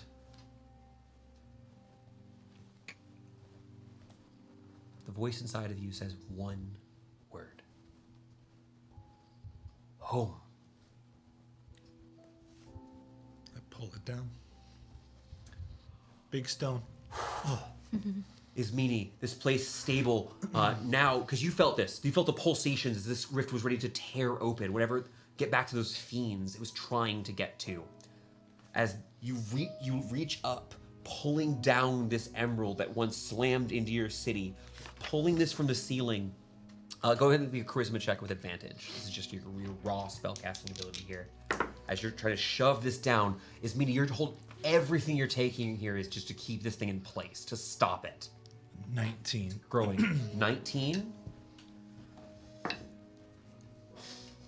It's another natural one for me. You're standing here is meaning you watch some more of these tendrils come down, whipping at Thorn, whipping towards you, and nothing. There's too much chaos. The ceiling is crumbling around you. The rock falls, held in place by these resonators. You see Asmini's magic's now binding, like a binding circle like you saw once beneath the sewers of Eltz. You pull down this gem. As it slams through the rift, it burns away. Like the two things are just opposites in some way. And as it does, parts, more and more of the emerald is burned away, leaving this husk on the ground. So still portions of it, well, lots of it burned away. The rift wiped from existence. Above, one last crack of purple lightning. And moonlight begins to pierce the veil through the waters above. The creature, silent, absent, no more tentacles. But you are currently in a flooding cavern. Shit. You or me? I'll let you do it. Okay, I will use my 6th level spell slot 6th level. to cast Dimension Door. I don't think it. You know what? Normally, Dimension Door doesn't upcast, doesn't do anything. It doesn't upcast to do anything. But where would you like to go? You know that 500 feet does not get you back to the compound. Where are we going? I want One to. in the river? Up? Do you want to go up? We Let's can go swim. up. Let's go up. You stand here for a moment. There's a quiet inside of you. The oath is upheld. And is this meaning casting the spell? I cast the spell. You pull your friend in close, and find yourself stepping through a different sort of rift. Finding We yourself. fold ourselves and unfold ourselves. You fold yourself and unfold yourselves, and are in crystalline clear water. You begin trying to pull each other towards the surface. You have heavy armor on. Like, this is hard. You begin. I'm not gonna make you roll for this. You begin swimming, making your way towards the surface. You break the top here. The moonlight has lit up this city. It's 3 sizes too large. The sounds of battle off in the distance have been replaced with the sounds of cheering and the yelling of men and women, the people of Dunnsmouth at that battle. Victory has been found at the Mictara Manor. Coughing and sputtering, you make your way closer towards the edge of the river and begin pulling yourself up. You stand once more, Laurentius, before a crater. I must ask a question. And this is just a choice. There's no rolls. This is up to you. Would you like to have brought the husk of emerald with you? What remains?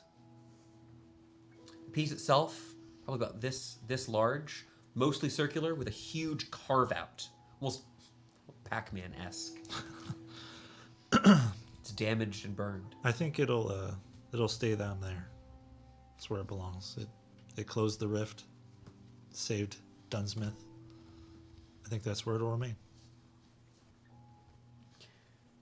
Sigh of relief as you and Ismini stand here. The crater itself, still having damaged part of the city. Whatever fell here has served its purpose. You want to slowly begin making your way towards the manor? Yeah. Very slowly for me. Yeah. Does anybody want to know how much health I have left? 1 point? 2 points. 2 points. Oh, hell yeah! Hey, by the way, good job. Oh, that was scary. Absolutely. Couldn't have done I'm this sorry. without you. Good job to all of you. Yeah, hell yeah. Top table. Incredible. That was a wonderful way to end that, was with the destruction of the Yaddlegurt and the gem that hit Dunnsmouth. Yeah. Beautiful. If you're okay with this, I'd like to start a little bit of a fast forward. Ooh, I want to push things ahead. Keep going. Yeah. It's not much longer before you're reunited with the other Defiant Smiles. You find... let's go from your perspective. Ismini and Thorn. You walk up the road You talk while you're making your about a couple 1,000 feet journey up back to the manor. What do you talk about?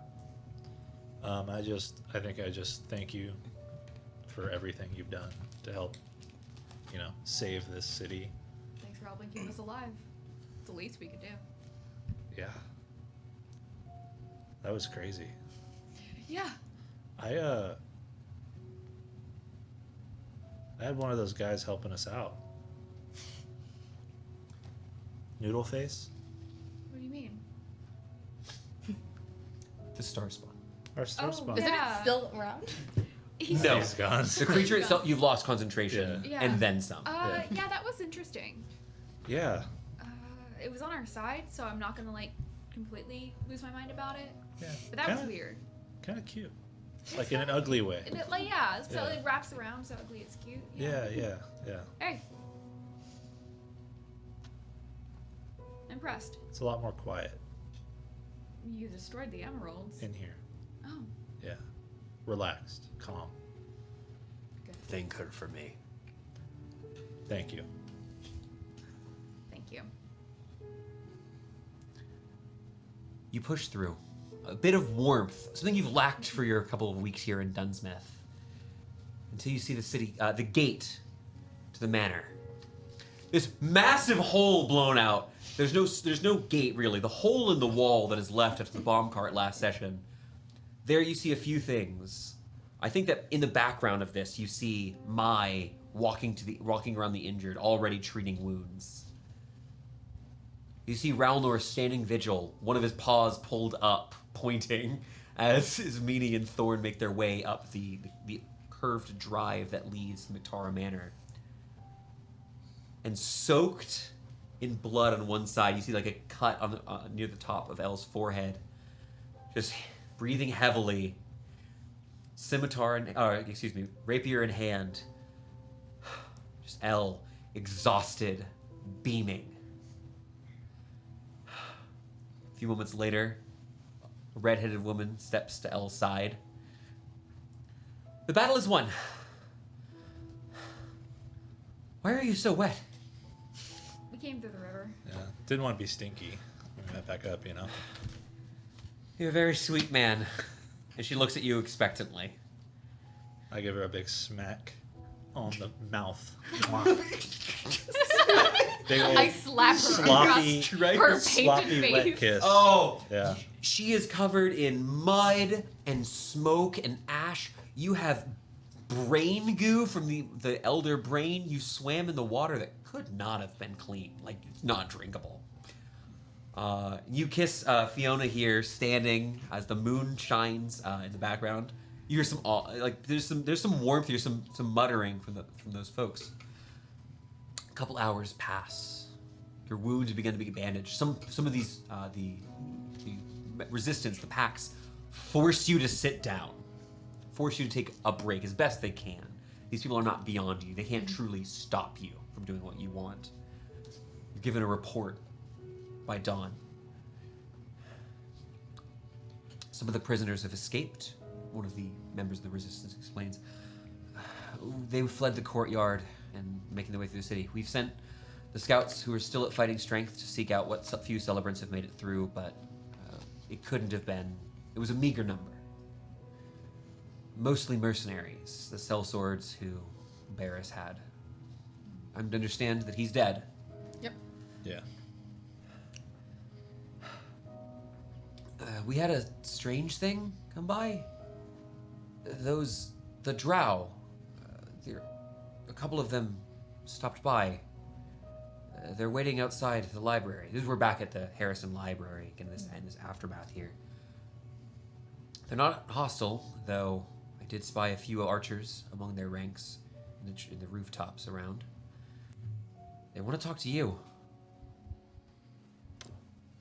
Okay, I'll give him a chit chat. Your father didn't seem too keen on it, but Yeah. Got this far without him. I think I'll be okay. we see the Thorns, father and son, step outside to a lonely street, injured, with the sun rising, giving some warm light to the city. The drow squinting, facing towards the sunrise. They look uncomfortable here in the light. Lawrence Kai. You keep saying that name. Is that my name? It is Dad? your name. Logan?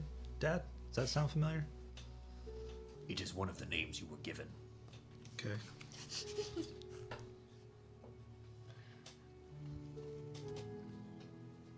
Leave the Uplander here. And come. The Seer will want to see you now that you've completed your task. Tell you what. I'll meet you there.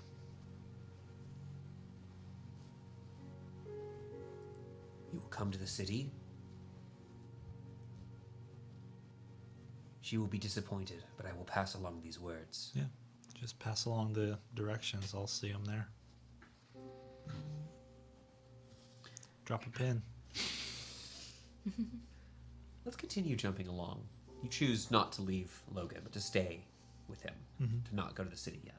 The next few days in Dunnsmouth, is it fair to say the Defiant Smiles are staying here for a couple days? I send off sendings to Princess Jam and tell her, hey, elephants are gone, Rift is closed. 500 soldiers, along with wagons of relief supplies, are inbound. They should be here within a few days. If some of you want to oversee this, make sure things are going okay, more than acceptable.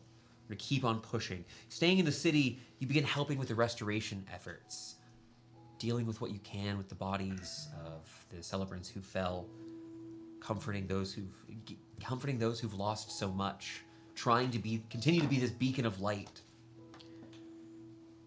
As you walk through the streets, people bow their heads, remove their hats. There's a respect here that is rare in this world. A woman passes by a few days after the battle, asking questions of the rift. The witch Taylor seems more concerned by the news that the rift is closed than that Logan is alive. And did you check if there was any residual energy left? Leave me alone, Taylor. Well, if you're not going to be professional about this, well, I suppose I will be seeing you again. You seem to have quite a fair bit of academic aptitude. Taylor, Consider you the spent a Dominion. year here I doing did. absolutely nothing to help these people and just continuing about your research with My mission was to gain knowledge for the Dominion. My mission is to protect one person, and yet I protected all of the people of this town, and I just showed up. There's something called heart that I think a lot of mages sorely lack. Come find me when you find yours. Oh, shit. She doesn't seem. Give me a persuasion check. We have dice rolls. I love dice rolls. I don't care if she likes it or not. Natural 20 Oh, shit. for a 21. As you speak this passion, biting words, you point to her. You are cut and bruised and bandaged, and you stand up against. She's at full. She's fully She shaked is. up, She's only and she. What you say would be inefficient, but you've clearly moved this town. I'll speak with you again.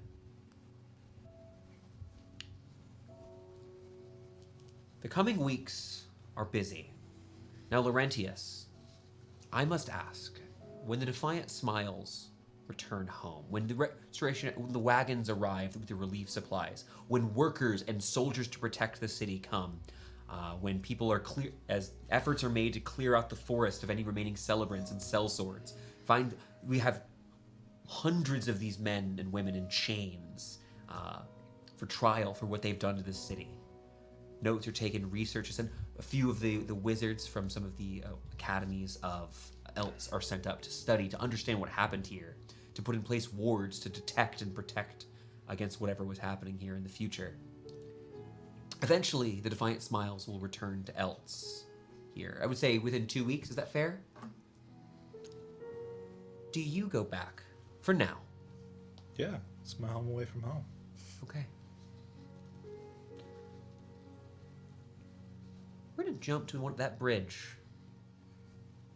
It's damaged in the center of town. You once bumped into a pretty lady here. So you're leaving then? Yep. I got a pretty good job back in Elts. I'll come visit. You should come by. The people. This place needs as much help as possible.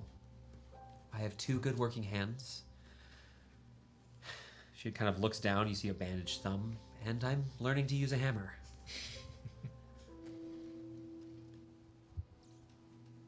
You better mean what you said. That you'll come back here. Of course. I'll need more help, but you did this. She gestures around. You see off in the distance, lights on in some of the homes in Dunnsmouth. Yeah, it was a collective effort. It wasn't just me. You gesture over towards the nearby market where your friends are standing. I'm assuming it was a little more private of the conversation. And she, of course, we needed you. All of you. And there will be others. But 9 be damned, I will find you if I don't see you again. I'll need you. Go put your affairs in order. Your father seems excited about seeing his brother. Yeah. I'd like to see Rickard again. It's been a long time. It'll be a nice little family outing. If there's anything else before we leave Dunnsmouth, I should continue kind of jumping forward. We're in a kind of a wrap up portion here. Yeah. Anything else in Dunnsmouth? Anyone in Dunnsmouth you want to interact with before we jump? I had mine. I want to go talk with the Paxi leaders now that Ooh. they have taken off their helmets. The helmets disappeared the dawn. 24 hours later, the Pax led the hunting parties, capturing parties, really, finding anyone they went into the woods, as many as they could. It's estimated very few people got away with how successfully you pushed this. Elle was also among them for many of these capture efforts, given that Elle's so fast and capable. You see one of the Pax leaders, an older woman with the pair of these gray-black braids that are tucked in and locked to her breastplate here. She looks at you. Hello again. Mai gives a deep bow that she's kind of copying his meaning that she's seen her do. I love that. Thank you.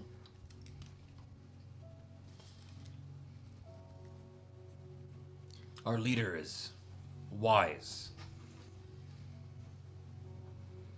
He's apologized to many of your people, or I suppose I should say the people of Dunnsmouth. But he's still young.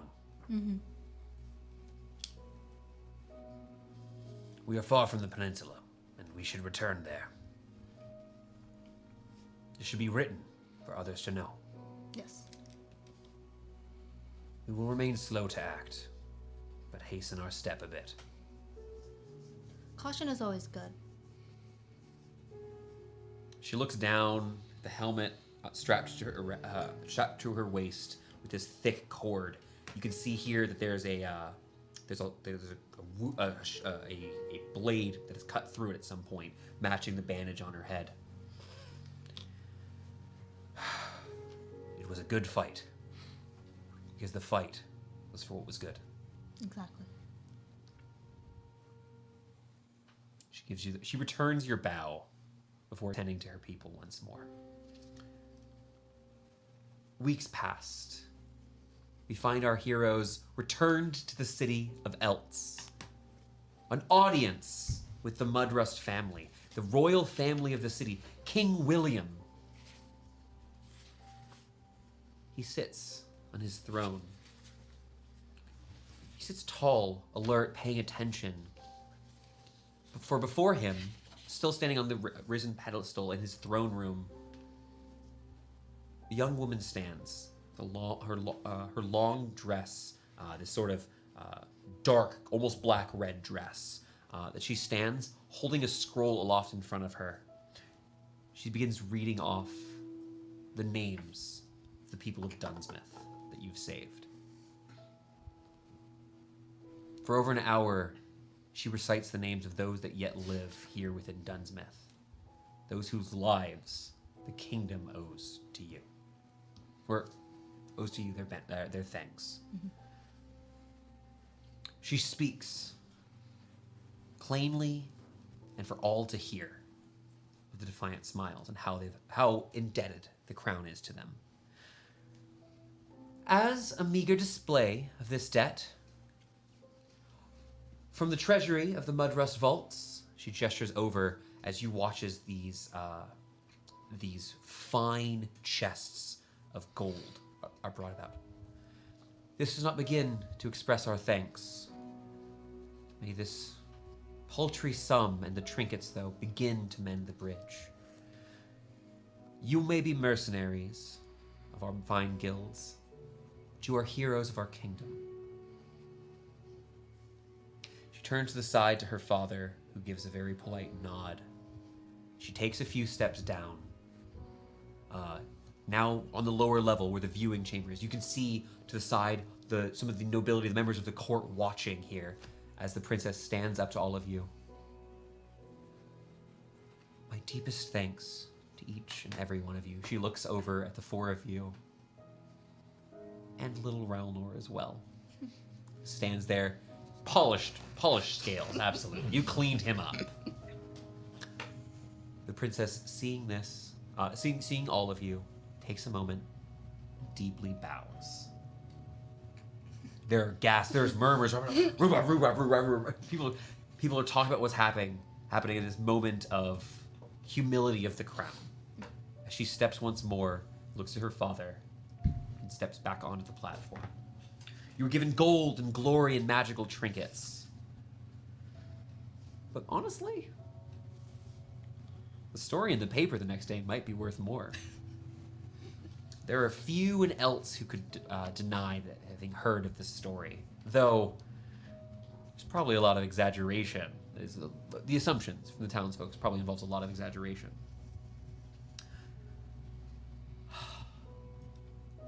That first night in Eltz was probably pretty nice. You were exhausted, but you got home early. Did you teleport or walk here? What would you say? We have horses. We teleported with the horses and the cart and everything. No, we had to walk. You returned back with some of the people refugees from Dunnsmouth. We had a cart. Returning back here with some of those. That first day, you got back relatively early. You made it back to the warehouse, to your home.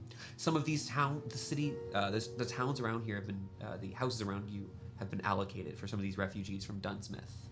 And some of those previously abandoned homes are now being taken and given use to these people. Some people you know very well. Speaking of people we know really well, that first moment opening the door here. Oh, you're back. Hey. You see Yosef. Rickett calls over. Seeing all of you here, he's so excited. I didn't know you were coming. Adon said you wouldn't be here for another day. We got back early. We just really want to sleep. Would you mind letting Rickard know to maybe have a seat as we come in?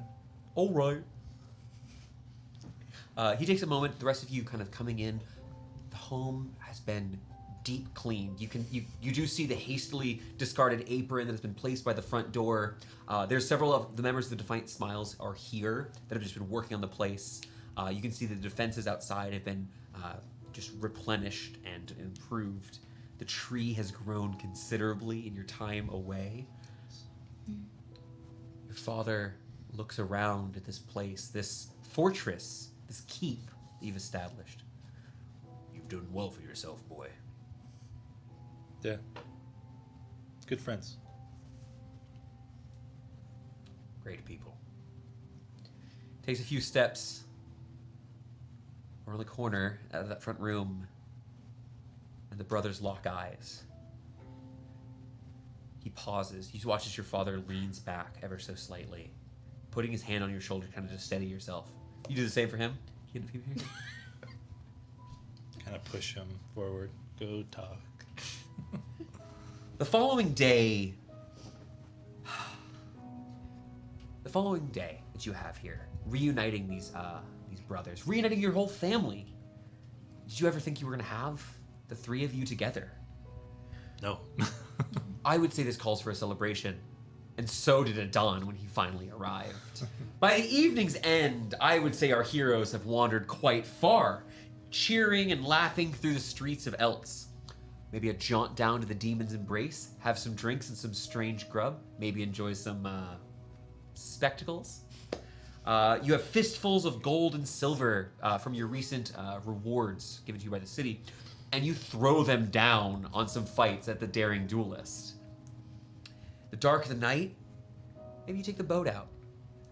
Glide over the Tinto Bay, watching as the bioluminescent red light just filters ever so slightly through the bay below. You get to enjoy it.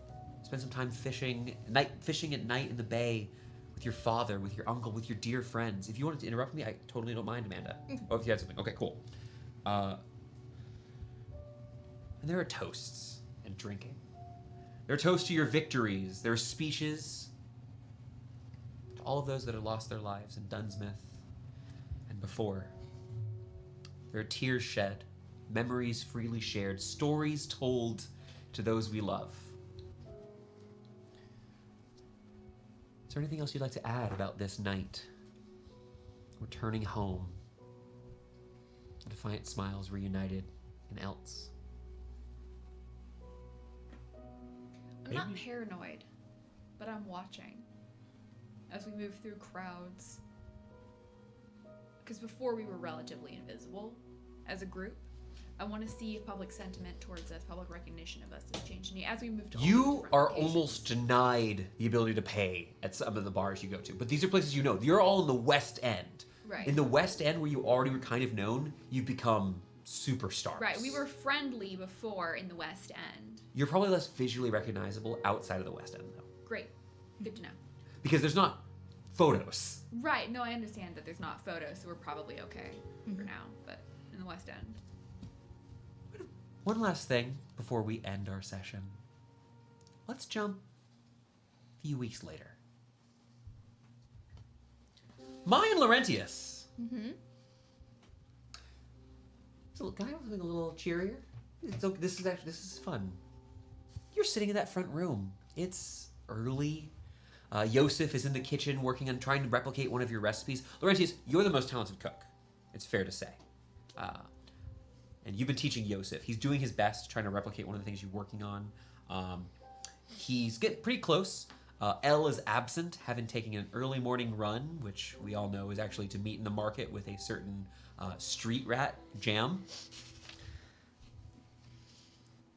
Well, you're sitting here. What are you chatting about this morning? You've had no jobs in the last couple of weeks. You've kind of taken a break. What's the topic of conversation today? I want to go to the throne room again on the mountain. Is the throne room, Taldridge Throne? Yeah, that one. You want to go there? Yeah. Maybe we can convince Ismini to just teleport us there and have to walk. What do you think? That'd be really nice. I think we could. I think if we give her enough gold, we could bribe her into it. Yeah. She is a wizard. Yeah. What if there's more dragons at the throne?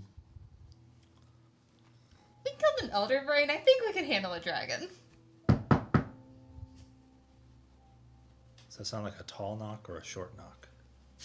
It wasn't super hard. It didn't sound angry. Okay. A beat passes. I'll go answer the door. You pulled the door open, and a singular man is standing there. He's got a sort of a pleasant kind of black surcoat. He wears a very simple silver chain with like this sort of it looks like not like a pocket watch, but like a what is the word I'm looking for? Locket? A little locket. He has a silvered locket. He's got pale skin. He's like a paler, fair-skinned man. A smile on his face that's a little bit warm. Very light blonde hair that almost fades into white, despite looking a little bit younger than you'd expect for someone to be going gray. Hello there. I'm so sorry to disturb your morning. Breakfast smells delightful. Out of curiosity, is Lady Callister available?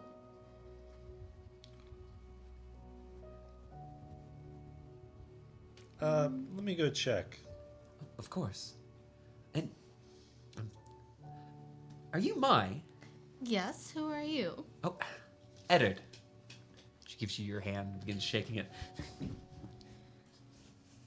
I'm just gonna I'm try so- to mind link with you and just say, there's this pale guy that's asking for you. You begin getting introduced here as a. Can you telepathically pants him? Yes. Probably don't, but it'd be funny. as Would he know? You hear off in the distance. You do hear some giggling over from Mai of whatever conversation's going on, as strange, obscure facts and secrets about Ismini are being shared. Ismini, you begin emerging. Pants him. Ismini, you round the corner as you see your brother get pantsed. One of the suspenders from beneath his surcoat snaps, and you see these very old like woolen. He's from somewhere that was pretty cold. Woolen like long underwear beneath his trousers here. He just he looks up towards you. Ismini, there's no components of that. He knows. That's a fine trick. I can and always will win. Now, you must understand that I've come here on official business. Ooh. The family wants a full report. Naturally. Yeah, sister dearest. I wish I had come sooner. I had heard about what happened at the Tournament of Blades. Thalen and I would have given anything to watch you trounce the Kingslayer. It was scary for me, Well, but I'm still standing here. I should tell you what happened in Dunnsmouth. I was learning about it from your charming friend here. You're a delight. You could do much better than friends like her. Oh, come. Do it again. He gets a little bit red in the face.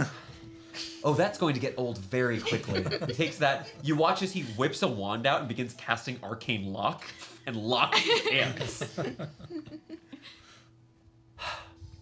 Now, I know you generally protest any request for you to return to the manor, but your dearest Summer Bloom will be just fine. Oh, I'm sure. You have a new assignment. We'll need a full report on what's been happening here. The Tower of Aeons has reached out, and there's been some concerns about what's happening, and Dunnsmouth could be illuminating. Yes. This will take a bit of time, but Yeah, I'll tell you how I closed the rift. That was a little strange. We should. of course, I'll go pack a bag. that would be fine. You spend the next little bit of time. He begins asking some questions. You hear him telling stories about his ward. His ward's much older than yours, and at this point, the way he speaks is almost like it's his brother. Like they're bonded in a way very similar to that sort of connection. Now, Jocasta has been quite sour lately, and as always, I'm sure you could brighten the mood once we return home. You'll always liven things up, give a splash of color to the dire muck that is Callister Manor. Yes, because I am the bubbly, wonderfully playful. You used to be terrible at goodbyes. Would you prefer to etch the circle within here, or do you want to say your goodbyes to your friends? I'll say my goodbyes. Things are happy, excited. They know that you can return here and give it notice. It was delightful, and I would love to have that drink sometime. Bring back souvenirs. All right. To the next journey. You bind your arm, activate the spell, and are whisked away. And I think we should end our story here. Fun. For now. Our wizard's been whisked away from her home to report on the strange magics plaguing the material realm. Laurentius's family has been reunited, and the darkness over Dunnsmouth is finally shattered. Mycelia, you've returned to your city and your temple, your powers not only intact but stronger than ever. While your peers of both the Moon Maiden and other religions appear to find their powers more and more difficult to access. Lilia and Jam are running off without a care in the world, not even worried about Tavrith the Kingslayer. And it's in endings that we really get to ponder what's next. When we return to the Defiant Smiles, and we will return, we're going to see a world that has continued to turn. The days and months will go by. You'll grow stronger. Your allies will grow more numerous, and so too may your enemies. But until then, let's set this story down. Book 1 coming to a close. I want to take a second and thank some incredibly important people. Connor, Amanda, Victoria. For just tonight, I want to say thank you so much for coming and playing in these games, giving me some incredible characters. We also have Clellas here. Well, they couldn't be here tonight. You've had the absolute privilege of getting to watch my favorite people play Dungeons & Dragons. Always am a huge fan of the characters you've brought, the stories we've been able to tell together. I also want to... Come on. Also want to thank this guy right here, who, this is my buddy Alex, who's been so delightful, making scene transitions happen, music happen, and a lot more other things behind the scenes that are a little harder to observe directly. And also joining us on some of those one-shots. And we also should take a moment, and I think it's important, yeah, you can laugh all you want, but we should take a moment and thank our friends and family that have also supported us. The one we often make the most jokes about is Victoria's delightful father and this wonderful table we have the opportunity to play on that gives us a lot of different ways we can run games. And the screen. And my screen, I love it. I fight for it to be in the shot all the time. I love it. And we can't forget one last person. You. Yeah. No, we can see you. It's mainly because of Connor's telepathic powers. But you in particular, whoever you are that is watching this video, I really appreciate it. We all do. I'm speaking for you people. It is sharing the world we know, sharing the stories that we've gone on so far has been a delight and an honor. And we really hope to tell you more stories as we continue. We also want to say thank you to our Dungeon Master. Yeah, thanks. Absolutely. For- For running, what is it? That's not in my notes. 58 sessions of the Yeah. story we have been 58. on so far. 58 sessions. 58. Not including the one-shots. Not including one shots, not including everything that goes on behind the scenes to be a dungeon master. So thank you. That was nice of you to say. Well, what happens next? I think it's important. I know we kind of alluded to it before the session. I want to clarify here, put a place that we can refer to later. So we are still streaming. We're going to keep streaming here. There's not going to be a break in that. But the Defiant Smiles are going to be taking a little break, giving me some time to prepare our next adventure. Over the next couple of weeks, we're going to have streams right here on the channel, right where you know and love, and maybe a few more in on some other days. There's going to be, we're going to talk about the campaign. We're going to be talking about maybe playing some other games and other systems. We have a one-shot I've been tinkering it for a while. So for the next couple of weeks, we're going to have some new kind of content. It's going to be a little more variety, going to have a little more craziness. And when we eventually return here to the Defiant Smiles, well, it's going to be a brand new beginning. I'm planning bigger, I'm planning better, and my monsters are going to be badder. It's going to be, I'm really excited. I basically haven't been this excited about a story to tell, well, since we started this channel, and since I got to think about a small city-state known as Eltz. Do we have anything else we want to add? We are coming here next week, same time, same place, and we're going to be talking, we're going to have a sort of mega footnotes. We're going to be talking about the campaign. We got some questions, maybe a couple of games, and it'll be really exciting. I'm thrilled to get to have you guys over and have you guys join us. Ooh, I have an idea. Ooh, we have rolled really hot the last couple of sessions. can we do the crit corner now? We can do the crit corner now Yes, if you want. because when we come Hell back for the Defiant Smiles, when the Defiant Smiles are back, Yeah. it's session 1. All right, crit corner, people. Crit corner. We'll start with the ones because there's actually not that many, Excuse me. except for Excuse me. someone. over the course of these last 2 sessions, Ismini, you have had 2 natural ones. Very nice. Ralnor has had 1, so I guess I you had had 3. three. Mr. DM, you had 10 Yeah! natural ones. I peeked the hell out of my mic. Sorry about that, guys. 10 natural ones. That's impressive. All right, moving on to natural Landed. 20s, because that's it. That's all we had. Oh dang! That's you it. two. None in 2 sessions? None. North Not even Jazz? Jazz. Not even jazz? Not, Not even even jazz. jazz. Yeah. Amazing. All right. We'll start with L. L had 1 natural 20. Okay. Mai, you had 2 natural 20s. Ismini, including Ralnor, if you want to There's do them one- separate. one. Okay. Ismini, you had 4 natural 20s, but also 4 with Ralnor, so you had 8 Holy natural crap. 20s. Insane. almost hit double digits. You had 7 natural 20s. It's not bad. It's pretty respectable. I had 9 natural 20s Nice. over the last That's the 2 best. sessions. That's That's incredible. insane. I'm rolling 2 characters. You're rolling 1. I don't Numbers are understand. better. I don't understand.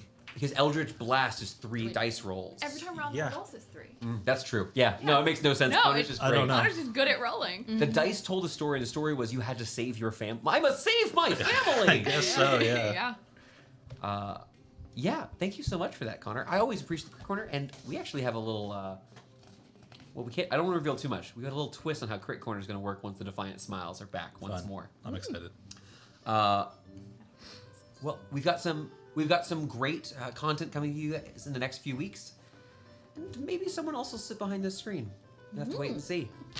Anyways, this has been Stories to D4. I'm Matthew, your Dungeon Master. Good night. Bye. Bye. Great job, guys.